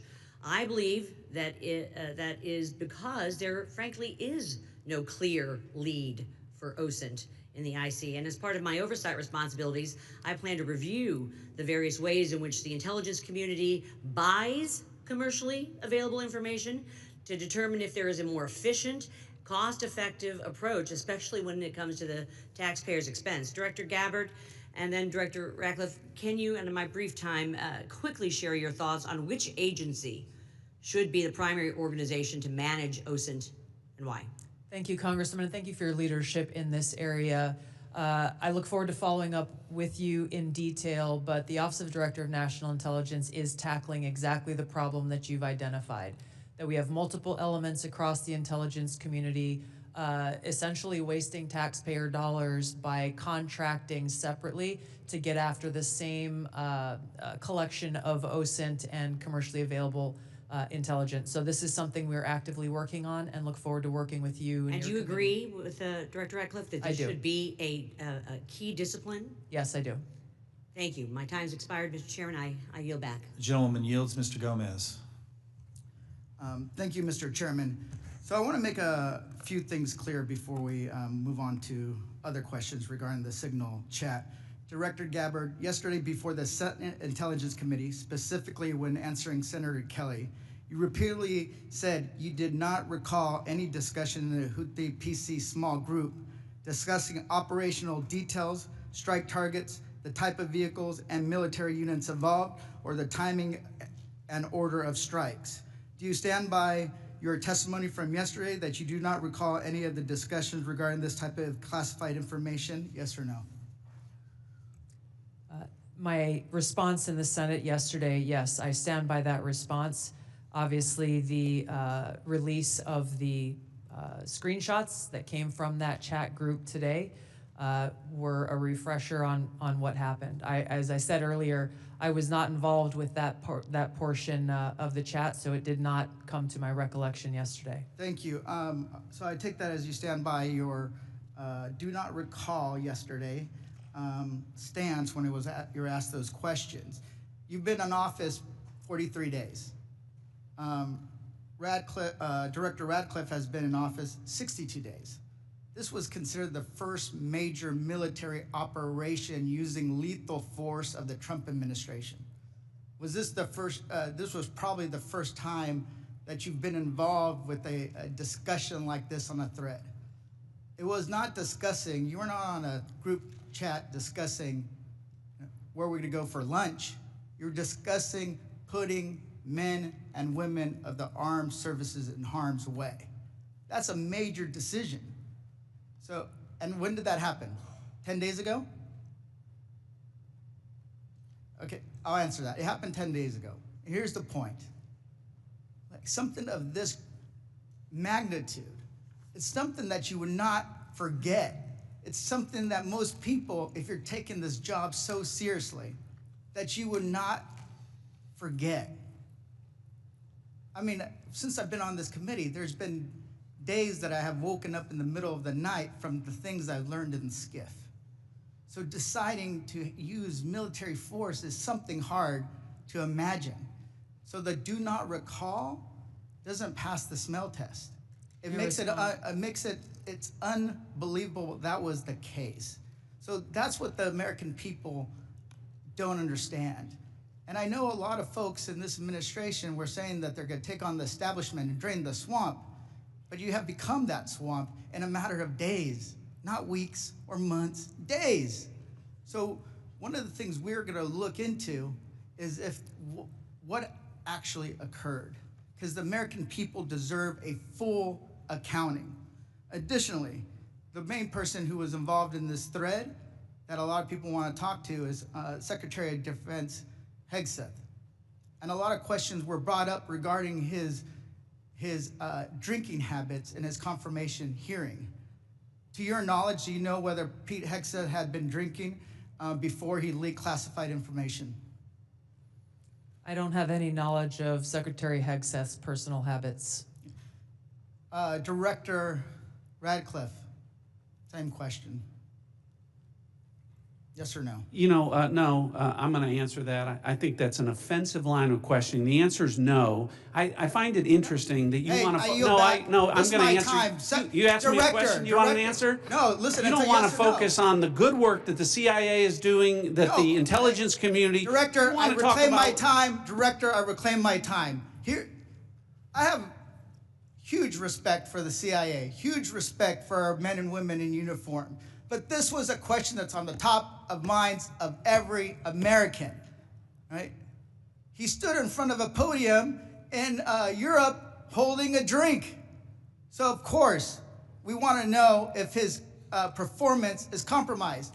If people were asking if the General Austin was compromised because of a heart issue, was his performance compromised because of a successful strike? Back. Mr. I bring my You want to know? You want to talk about accepting responsibility? Do you think you should accept responsibility for a successful strike to make Americans safer? You want to focus on?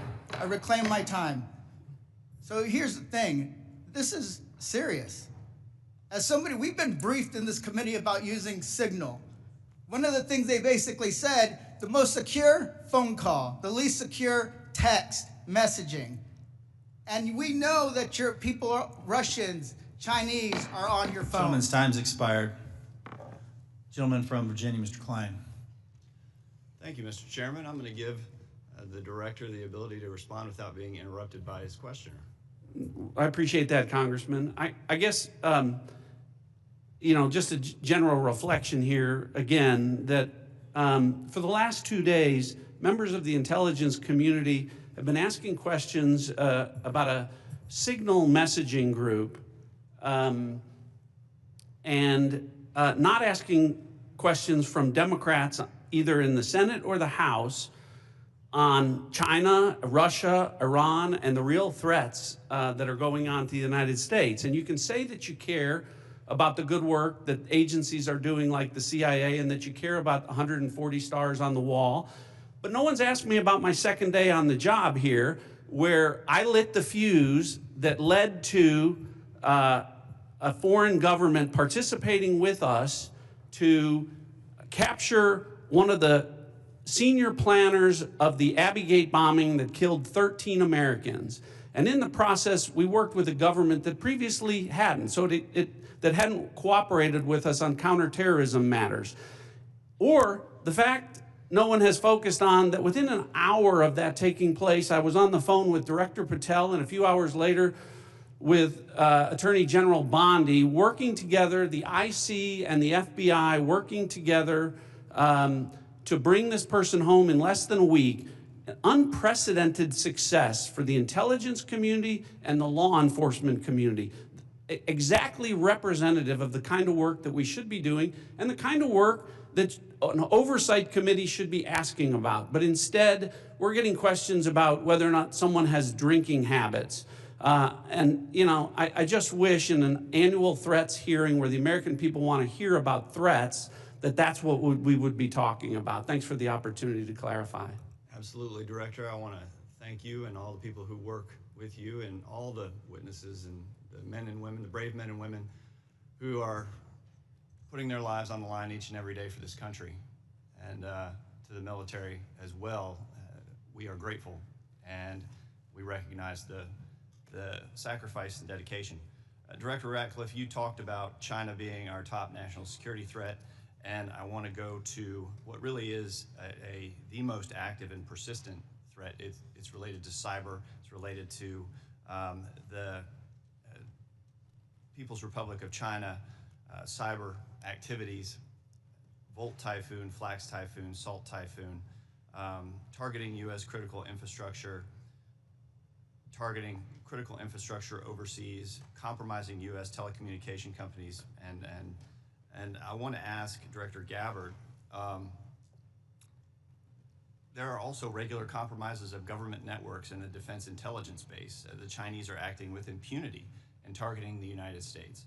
Clearly, the last administration had no effective deterrent strategy. Considering a whole-of-government approach to leverage legal export control, trade, and other levers, is there more that the U.S. can be doing to deter China's cyber aggression? Thank you, Congressman, for your question. In short, the answer is yes. Much of that relies on our intergovernmental planning and operations, but also very closely integrating with our private sector partners. This is essential for us to be able to harden our own cyber infrastructure, our own critical infrastructure, and to look at what our capabilities, both defensive and offensive, are and how those should be used. If I may, Congressman, I'd just like to address Congressman Gomez's maligning of my reputation and not giving me the opportunity even to respond to his accusations. What occurred in that Signal chat was an update to National Security Cabinet members that was also issued around the same time as updates to our foreign partners and allies in the region. There were no sources, methods, locations, or names of targets that were included in that chat. The decision to conduct this operation had been made long before that conversation took place. I do take my responsibility very seriously and played an integral role in providing the intelligence community's assessments that led to the ultimate decision by the president to conduct an operation, which, by the way, was very successful and continues to be very successful. I was traveling at the time, and I was not playing a very specific role, as these chats reflect, in much of the conversation that took place there. Secretary Hegseth, in my experience, has continued to operate in the way that President Trump's confidence in him inspires, which is in the best interest of the American people and our war fighters and ensuring our national security. I think it's wrong to impugn him, especially at a point where he is not here to defend his own honor. Thank you, Congressman. I agree with your assessment and support for the Secretary, and I yield back. Gentleman yields. Ms. Houlihan. Thank you for the time, and I struggle, and if you look at my notes, I've changed my mind about 1,000,000 times what I'd like to talk about. I'd like to first start with Director Ratcliffe. I find it offensive for you to accuse me as a Democrat of not caring about national threats. I very much wanted to talk about those, in fact, had prepared questions in advance of this hearing about those threats, specifically about biosecurity and bioterrorism, but I don't have time to ask those questions because the threat is in the House. The threat is across the dais, and I need to ask these questions. It's my job to ask these questions of you. Because when I served in the military and I served in classified environments, had this happened to me, I would have walked my resignation in immediately. This is not okay. Communicating these sorts of things in Signal is not okay. Targets, times, those kinds of things are absolutely classified, and we all know it. I know it, these people know it, you all know it. And the fact that we're having to have these conversations now means that I can't ask the questions that I need to ask about things like bioterrorism and biosecurity. And so I'd like to put you in check as well, sir, because you can't assume who I am any more than I can assume who you are, sir. I would like to move my questions, however, over to Director Gabbard, because you are the DNI.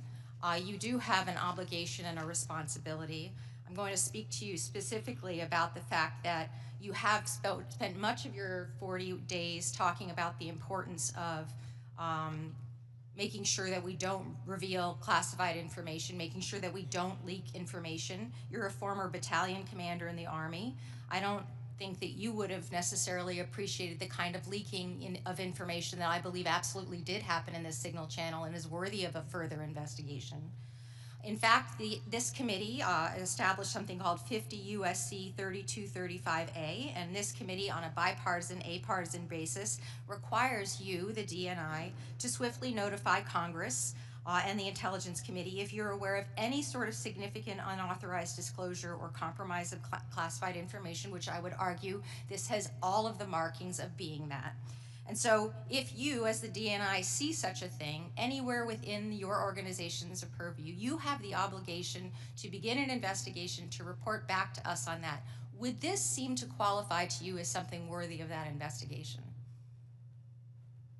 Thank you for your question, Congresswoman. In this situation, Secretary Hegseth has the Yes or classification no? and You are the declassification DNI. authority over DOD information. This chat did not have the auspice of being a DOD chat. There's no such thing as labeling it as DOD. This was a chat amongst a great variety of people, and you, according to our law that we passed here bipartisanly, have an obligation when you think there has been a tangible, significant leak of information to instigate an investigation. Do you not think it's important to do such a thing? Well, the National Security Council is investigating no? this inadvertent leak. And again, I point to Secretary Hegseth as having the classification. I would argue that classification Secretary authority. Hegseth, if he had the dignity that he needs to have, should be walking his resignation in, because I believe that his probably is heading toward being relieved of his duty based on what I think are significant and illegal leaks, most likely. I would like it if you would please commit to this organization that you will follow the law, and I would like it if you would also investigate what is likely to be more than just this chat. Because if there's one, there's more than one. If there's smoke, there's fire. Would you please obligate yourself and your organization to that investigation? Yeah, Congresswoman, yes, I will follow the law. Thank you. I appreciate that. And Director Patel, I learned just recently that you only heard about this yesterday, which blows my mind since I heard about it 2 days ago, and I'm just a low on the dais, junior chipmunk here. Did you really only hear about this yesterday? The exact timeline I'm not aware of, but yeah, I think it was yesterday or the night And now before. that another day has passed, do you Well, believe... actually, it was the night before the hearing. Now that another day has passed, do you believe that it's now time potentially for the FBI to open an investigation into this? I'm not going to comment on that. Because you're the director of the FBI, you don't believe it's appropriate to comment on that? Because there's a process in place, there's an ongoing litigation, and the National Security Council is reviewing this matter. And I'm not going to discuss any open or closed That investigations. ongoing investigation, literally, the lawsuit happened today or yesterday afternoon, and the idea that you don't have an opinion on this at this point is frustrating to me. No, it's not. My I'm not final going to question, prejudge any reclaiming my matters, time, my and the final men and women of the question, FBI reclaiming my will time, reclaiming call my the time, balls and strikes. reclaiming my time, not sir. you. Sir, Mr. Chairman, I'd like to have... Gentlewoman's recognized. You have Thank 4 you. seconds remaining. No, I have more than You that have 2 because seconds Mr. remaining. Patel would not add... Gentlewoman's time has expired. Mr. Stubbe. Thank you, Mr. Chairman. Director Gabbard, were there any sources described in the Signal chat? No, Congressman. Were there any methods described in the Signal chat? No. Were there any locations? No. Therefore, due to the fact that there were no sources, no methods, nor locations described in the Signal chat, it does not make the discussion classified. Is that correct? That is up to the Secretary of Defense determination. The Democrats are obviously making the assertions that what was in the signal chat was classified and claiming that Secretary Hegseth put this war plan out to the world, which he clearly did not. Were there any names in the signal chat? No. Any targets? No. Any locations? No. Was there a unit name or location of that unit? There was not. Were there any routes described in the signal chat? No. Wouldn't an operational plan contain that type of information? Every operational plan I've ever seen has contained that information. Thank you. Shifting to the real threats to America, the southern border. Due to the previous administration's open border policies, they allowed over 10 million illegals into our country. And during that time, there was 1,511 terrorist-related encounters at land border ports of entry, according to CBP. As someone who fought in the war on terror, I find this deeply offensive that the previous administration would sacrifice the security and safety of the American people in the manner in which they allowed terrorists, criminals, and rapists into our country.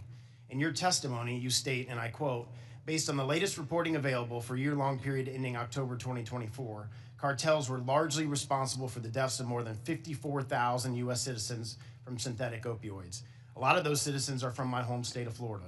Cartels, narco-terrorists, and other violent transnational criminal organizations have violated the territorial integrity and sovereignty of the United States and have also fueled human trafficking and the opioid epidemic that many of my fellow Floridians have witnessed for far too long. I applaud President Trump and his swift decision to designate the narco-terrorists and Mexican cartels as foreign terrorist organizations, and I want to thank each of you for making this a priority to fight against Mexican cartels, traffickers, narco-terrorists that have been responsible for killing hundreds of thousands of Americans.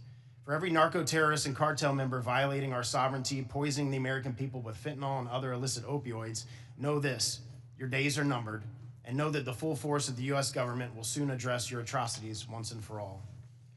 Director Patel, it's no secret that there is a growing presence of Mexican cartels operating fentanyl synthesis labs just over our border. Just last year, the CBP estimates that more than 21,000 pounds of fentanyl was seized at our borders. That is enough to kill more than twice the population of the world, of our country. What actions are you taking to strengthen the FBI's fight against illicit fentanyl within our borders? Thank you, Congressman. It's good to see you. We have made it a priority at the FBI because fentanyl and illegal narcotics kill an American citizen every 7 minutes. That is a national security crisis, not just at the southern border, but at the northern border. And the Mexican cartels, along with their illicit partners in the CCP and other adversarial countries that are doing harm, are not just taking the fight down south, but they're bringing it up north. So we need to be more vigilant as to what's coming in through our northern border as well. Known and suspected terrorists are flowing in through our northern border more than they are our southern border, I would say, because of the successes we've had in closing the southern border. But when it comes to specifically, to fentanyl, we are making, to date, since January 20th, 383 kilograms of seizures of illegal fentanyl, which is enough to kill 29 million Americans. And other than enhancing border security measures, what would be the most worthwhile action the United States could take to eliminate the cartels and stop the flow of illicit fentanyl? I got one answer for you. They're making the precursors in mainland China, and we don't have the authorities to go after that fight there, and we need to take it head on. Because without the chemicals and precursors, there is no fentanyl, and they are moving that material around the world and into the United States too freely. Director Gabbard, I'd like to reemphasize the threat that our adversaries are exploiting via fentanyl and other illicit drugs that are entering our country through the border and poisoning millions of Americans nationwide. It's essential that all components of our national security apparatus are united in their efforts to protect the American people and our communities from such harm. Is there any reason to believe that the Mexican government isn't doing enough to finally eradicate the cartels and other transnational criminal organizations operating just over the border? Congressman, I can only speak from my vantage point, as was stated previously by Director Ratcliffe. We have already been introduced to and begun collaborating with our counterparts in the Mexican government. Could there be more done? I would say absolutely yes. I know that the Trump administration across his cabinet are looking at opportunities to be able to do that. And Director Patel just hit on this with CCP and precursors, but to what extent have we seen other malicious actors worldwide partner with the cartels to infiltrate and target the United States? Related to the production of fentanyl. Yes, ma'am. India is one of those countries that is providing some of those precursor materials as well as equipment. Thank you for being here today. My time's expired. Gentleman yields. Mr. Quigley. Thank you, Mr. Chairman. And I know it's all us who are worried about this only, but apparently the Senate Armed Services Committee Chair and Ranking Member requested Inspector General report on this chat. So I'll tell you why more people are worried about this than you might think, and that's Director Gabbard, your position was created post 9/11 because of the horrible intel failure that took place there, where we weren't sharing information. It wasn't adequately shared within the community and between our allies. We have to believe that our allies look at this as a colossal mistake and will at least hesitate to a certain extent, wanting to share sensitive information with us that keeps us safe, because they're worried about their sources and methods as well. Wouldn't you be at least somewhat concerned that our allies would look at this and say, that wasn't the perfect way to communicate? Congressman, thank you for the question. If that information that was put out in the chat by the Secretary of Defense had included specific sources and methods and targets and names, then the answer would be yes, but that was not the case. Let me stop you there because there's such a limited time. Generals, look, you're here because you got tough spots, so I have to put you on the spots. You're passing information like this just within your agency, and you know that it's going to include, we are go for mission launch, Houthis, sea lanes, the information about the weapon systems. That gets to the Houthi military commanders. Doesn't it make you think they're at least going to say duck? Thank you for the opportunity to weigh in on the issue. Yes, if we were collecting this on our adversaries and we're able to get this information, as was asked of General Hawk earlier, we would consider that classified, but it's classified under the collection piece. The data that we're talking about here is the operational data, not the intelligence data. Respectfully, sir, just because we have limited time. Secretaries. The Houthis military leader's gonna duck when he hears this, or he's gonna take some action, or he's gonna try to shoot our planes down, right? If he has actionable intelligence, he will certainly use that. I'm talking about this intelligence. You don't think he can figure out? Houthis is mentioned a couple times, sea lanes, they show the weapon system, at least it's a credible warning to him? I would offer the Houthis' defensive position has been constant since the 15th of March. All right. General, I'll just take a whack at it. You're the Houthis' military leader. You get this information passed on to you. It doesn't make you at least take warning? I would, Congressman, I think from the Houthis' perspective, they do have air defense equipment, and they would be able to detect aircraft being able, when they're entered into the Red Sea, and certainly when we have our intelligence aircraft operating over top of their country. They'd be able to detect that activity. But being forewarned is extraordinarily important. I'll take another stab at it. If just language like this, in a different context, okay? But just within your department, sir, your people are passing this information. Do you advise that maybe they don't use Signal on this? Are there other forms? Obviously, they're going to be more secure. What I would offer is the data that we would be passing would be the full target packages and the full set of operational information. Okay, but even if it was just this, do you really want to give possibilities that they could be breached, hacked, and they would get this information? Wouldn't you, even with just this, sir, respectfully, wouldn't you want to use a more secure means of communicating? I think what I would offer are two things, and hopefully they're helpful to you. One of them would be, in addition to that full package that we've been talking about, when the Secretary extracted individual details from that and provided those on Signal, whether individually or in aggregate, that is his decision of what is classified and what is not from an operational aspect. And that's probably the most important relevant piece to there, and I would echo what we've said before. It's the Secretary's authority for the just give me, there's more secure ways of communicating any of this, right? There are, and our adversaries have General, there are, right? To intercept. There's much more secure means that you use, even if you don't think that this is, or you don't want to stick your No, your what head I on would say it. is the full packages were transmitted within classified, within traditional classified. But means. this could All have of been the ones- transmitted in a classified way as well. Thank you. Gentleman's time's expired. The gentleman from Arkansas, the distinguished chair of the Financial Services Committee, Mr. Hill, is recognized. Thank you, Mr. Chairman. And let me say, Director Gabbard and Director Radcliffe, it's so great to have you back in the Longworth House Office building. The food's the same, but you're welcome anytime. Director Radcliffe, we've served for 10 years together. I'm certainly aware of your extraordinary service at the DNI and here in Congress. And I just have a couple of follow-up questions on this topic of the Signal chat. Were there any war plans distributed in that Signal chat? No, Congressman.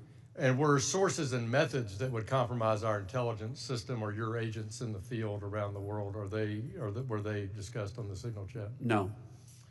I appreciate that. I just think that's an important thing to have on the record. Director Patel, I co-chair the Americans Wrongfully Detained American Hostage Task Force here in the House, and I just in fact left Tigran Gambaryan, a former FBI official who I helped get out of prison in Nigeria last year. I just left him a few minutes ago. You've you know this issue very, very well, and President Trump's made such a commitment to bring Americans home. There's some 30 Americans still wrongfully detained or held hostage abroad. Is the FBI committing to work through its officials in our embassies around the world to bring those Americans home? Thank you, Congressman. And as you know from my prior service in the prior administration, President Trump brought home over 50 hostages and detainees worldwide, and that effort is being redoubled now until every single American is home. And the FBI, from my perspective, has been given a directive that any wrongfully detained or captured person overseas is a priority to bring back. We're so grateful to the president for making this a priority. We don't want our citizens that hold a blue passport to suddenly be a target in all their interactions around the world. That's wrong, and I'm glad President Trump's made a priority. I look forward to working with you on that. Since November of 2023, I've been pursuing aggressively in this committee the U.S. government's policies and procedures for handling border encounters, specifically known or suspected terrorists. To quote former FBI directors, testimony before the Senate, there are blinking lights everywhere of concern.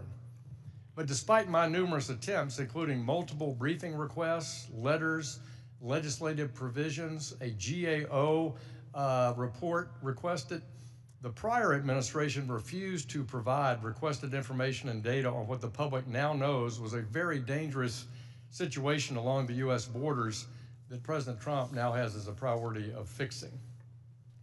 In January 2024, there were 176,000 encounters along the southern border, with 51,000 occurring at ports of entry and 124,000 between ports of entry. Comparing that to the work just in the first few weeks of the Trump administration, total encounters are down to 61,000 along the border, with 32 at ports of entry and 29,000 between ports of entry. For the record, that's a 60% reduction. Director Patel, since President Trump took office in January, as we've seen these plummeting border encounter numbers, has the country seen a drop in known or suspected terrorist encounters at the border? Thank you, Congressman. It's one of the issues I really wanted to address today. And I think the country deserves to know that known or suspected terrorists, KSTs, are coming in with much less frequency at the southern border. In fact, if my information is correct, 2 since January 20th. And they are coming in with much greater frequency in the northern border, and since January 20th, that number is 34. And those metrics carry out over the last year in terms of ratio.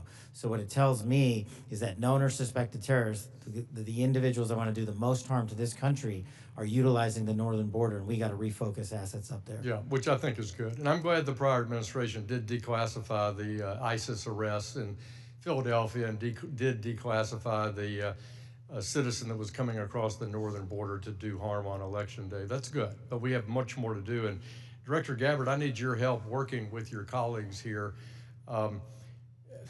It's this idea of requesting coordination between Director Patel, Secretary Noem, and the committee with fused data on known or suspected terrorists, whether it's TSA data, BPP data, FBI internal data.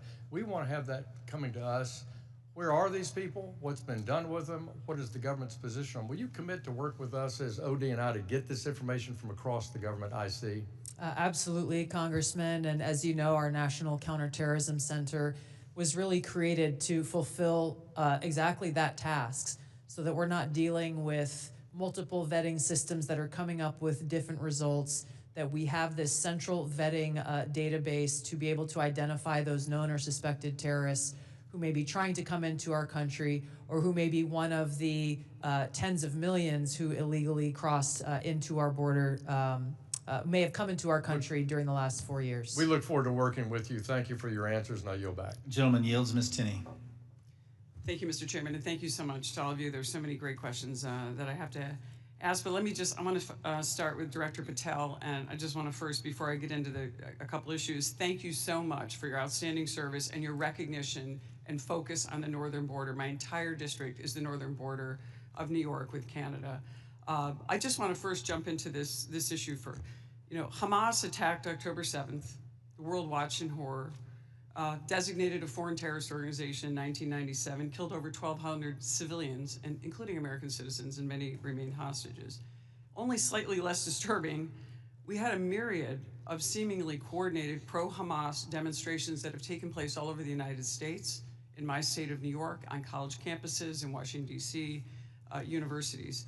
Director Patel, does the FBI have any open investigations into the organization, the leadership, and the funding of these pro-Hamas demonstrations with students such as, and groups such as Students for Justice in Palestine? Thank you, ma'am. And I'm limited by what the Attorney General has already publicized, but as you know, there are open investigations based on what's been made public. Okay, has the FBI uncovered any evidence of foreign support for these Hamas demonstrations, including, other than Iran, any of these groups I might mention, like Students for Justice in Palestine, anything that's open source that we can talk about? That's still ongoing. Thank you. Director Gabbard, thank you so much for your service. It was great to serve with you in Congress as well, and work so much on wonderful veterans issues. My son's also a Marine major, and so we appreciate the service of everybody here. Let's keep in mind, obviously we're in open session. Do you have anything or ongoing intelligence to suggest there's foreign support from governments, non-government groups, and individuals that have helped these pro-Hamas demonstrations all across America, including on university campuses? Congresswoman, there are some assessments that reflect that, and we can talk about that in the closed session. Great, thank you so much. And now I want to get back to Cash, Director. Great work on the northern border. I'm one of the co-founders of the Northern Border Security Caucus, and your information has been tremendous. Once I got the district that I represent now, this sprawling, long district, the entire northern border is Canada. And as you say, 358 suspects on the terror watch list. Almost 90% of the suspects on the terror watch list are coming across our northern border. I'd love to talk to you. What is the FBI doing specifically dealing with this northern border? And what access point are you? Who are you working with? Is there a way that we have got a way to handle this with the foreign terror threats? And I say this in light of my district specifically, where New York State, led by Democrats, by the way, is notorious for their unwillingness to work with law enforcement.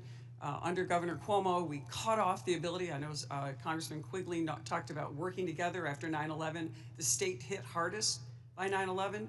And Governor Cuomo put in a law that prohibited law enforcement from working together in 2019.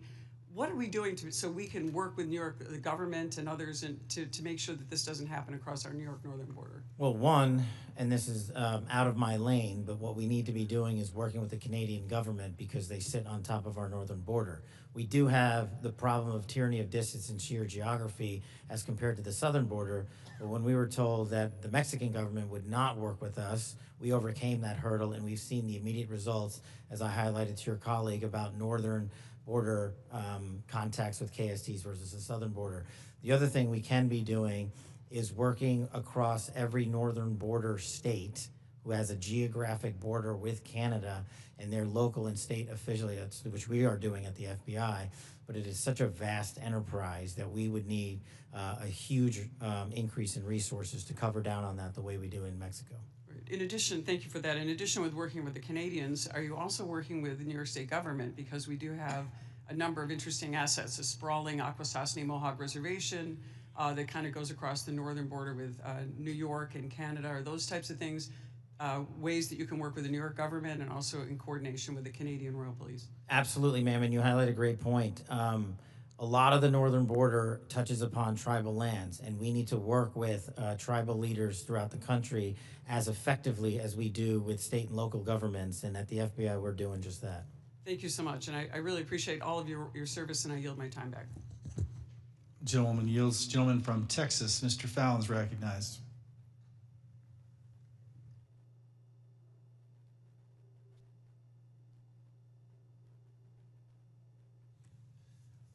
Thank you, Mr. Chairman. I appreciate it. Director Patel, many of us had grown, increasingly alarmed at the sheer number of foreign nationals we're seeing caught spying on our critical infrastructure or, near sensitive sites in the country. One example is a Chinese national who was flying a drone, allegedly flying a drone over Vandenberg and taking pictures of the base. He was arrested in the San Francisco airport not that long after.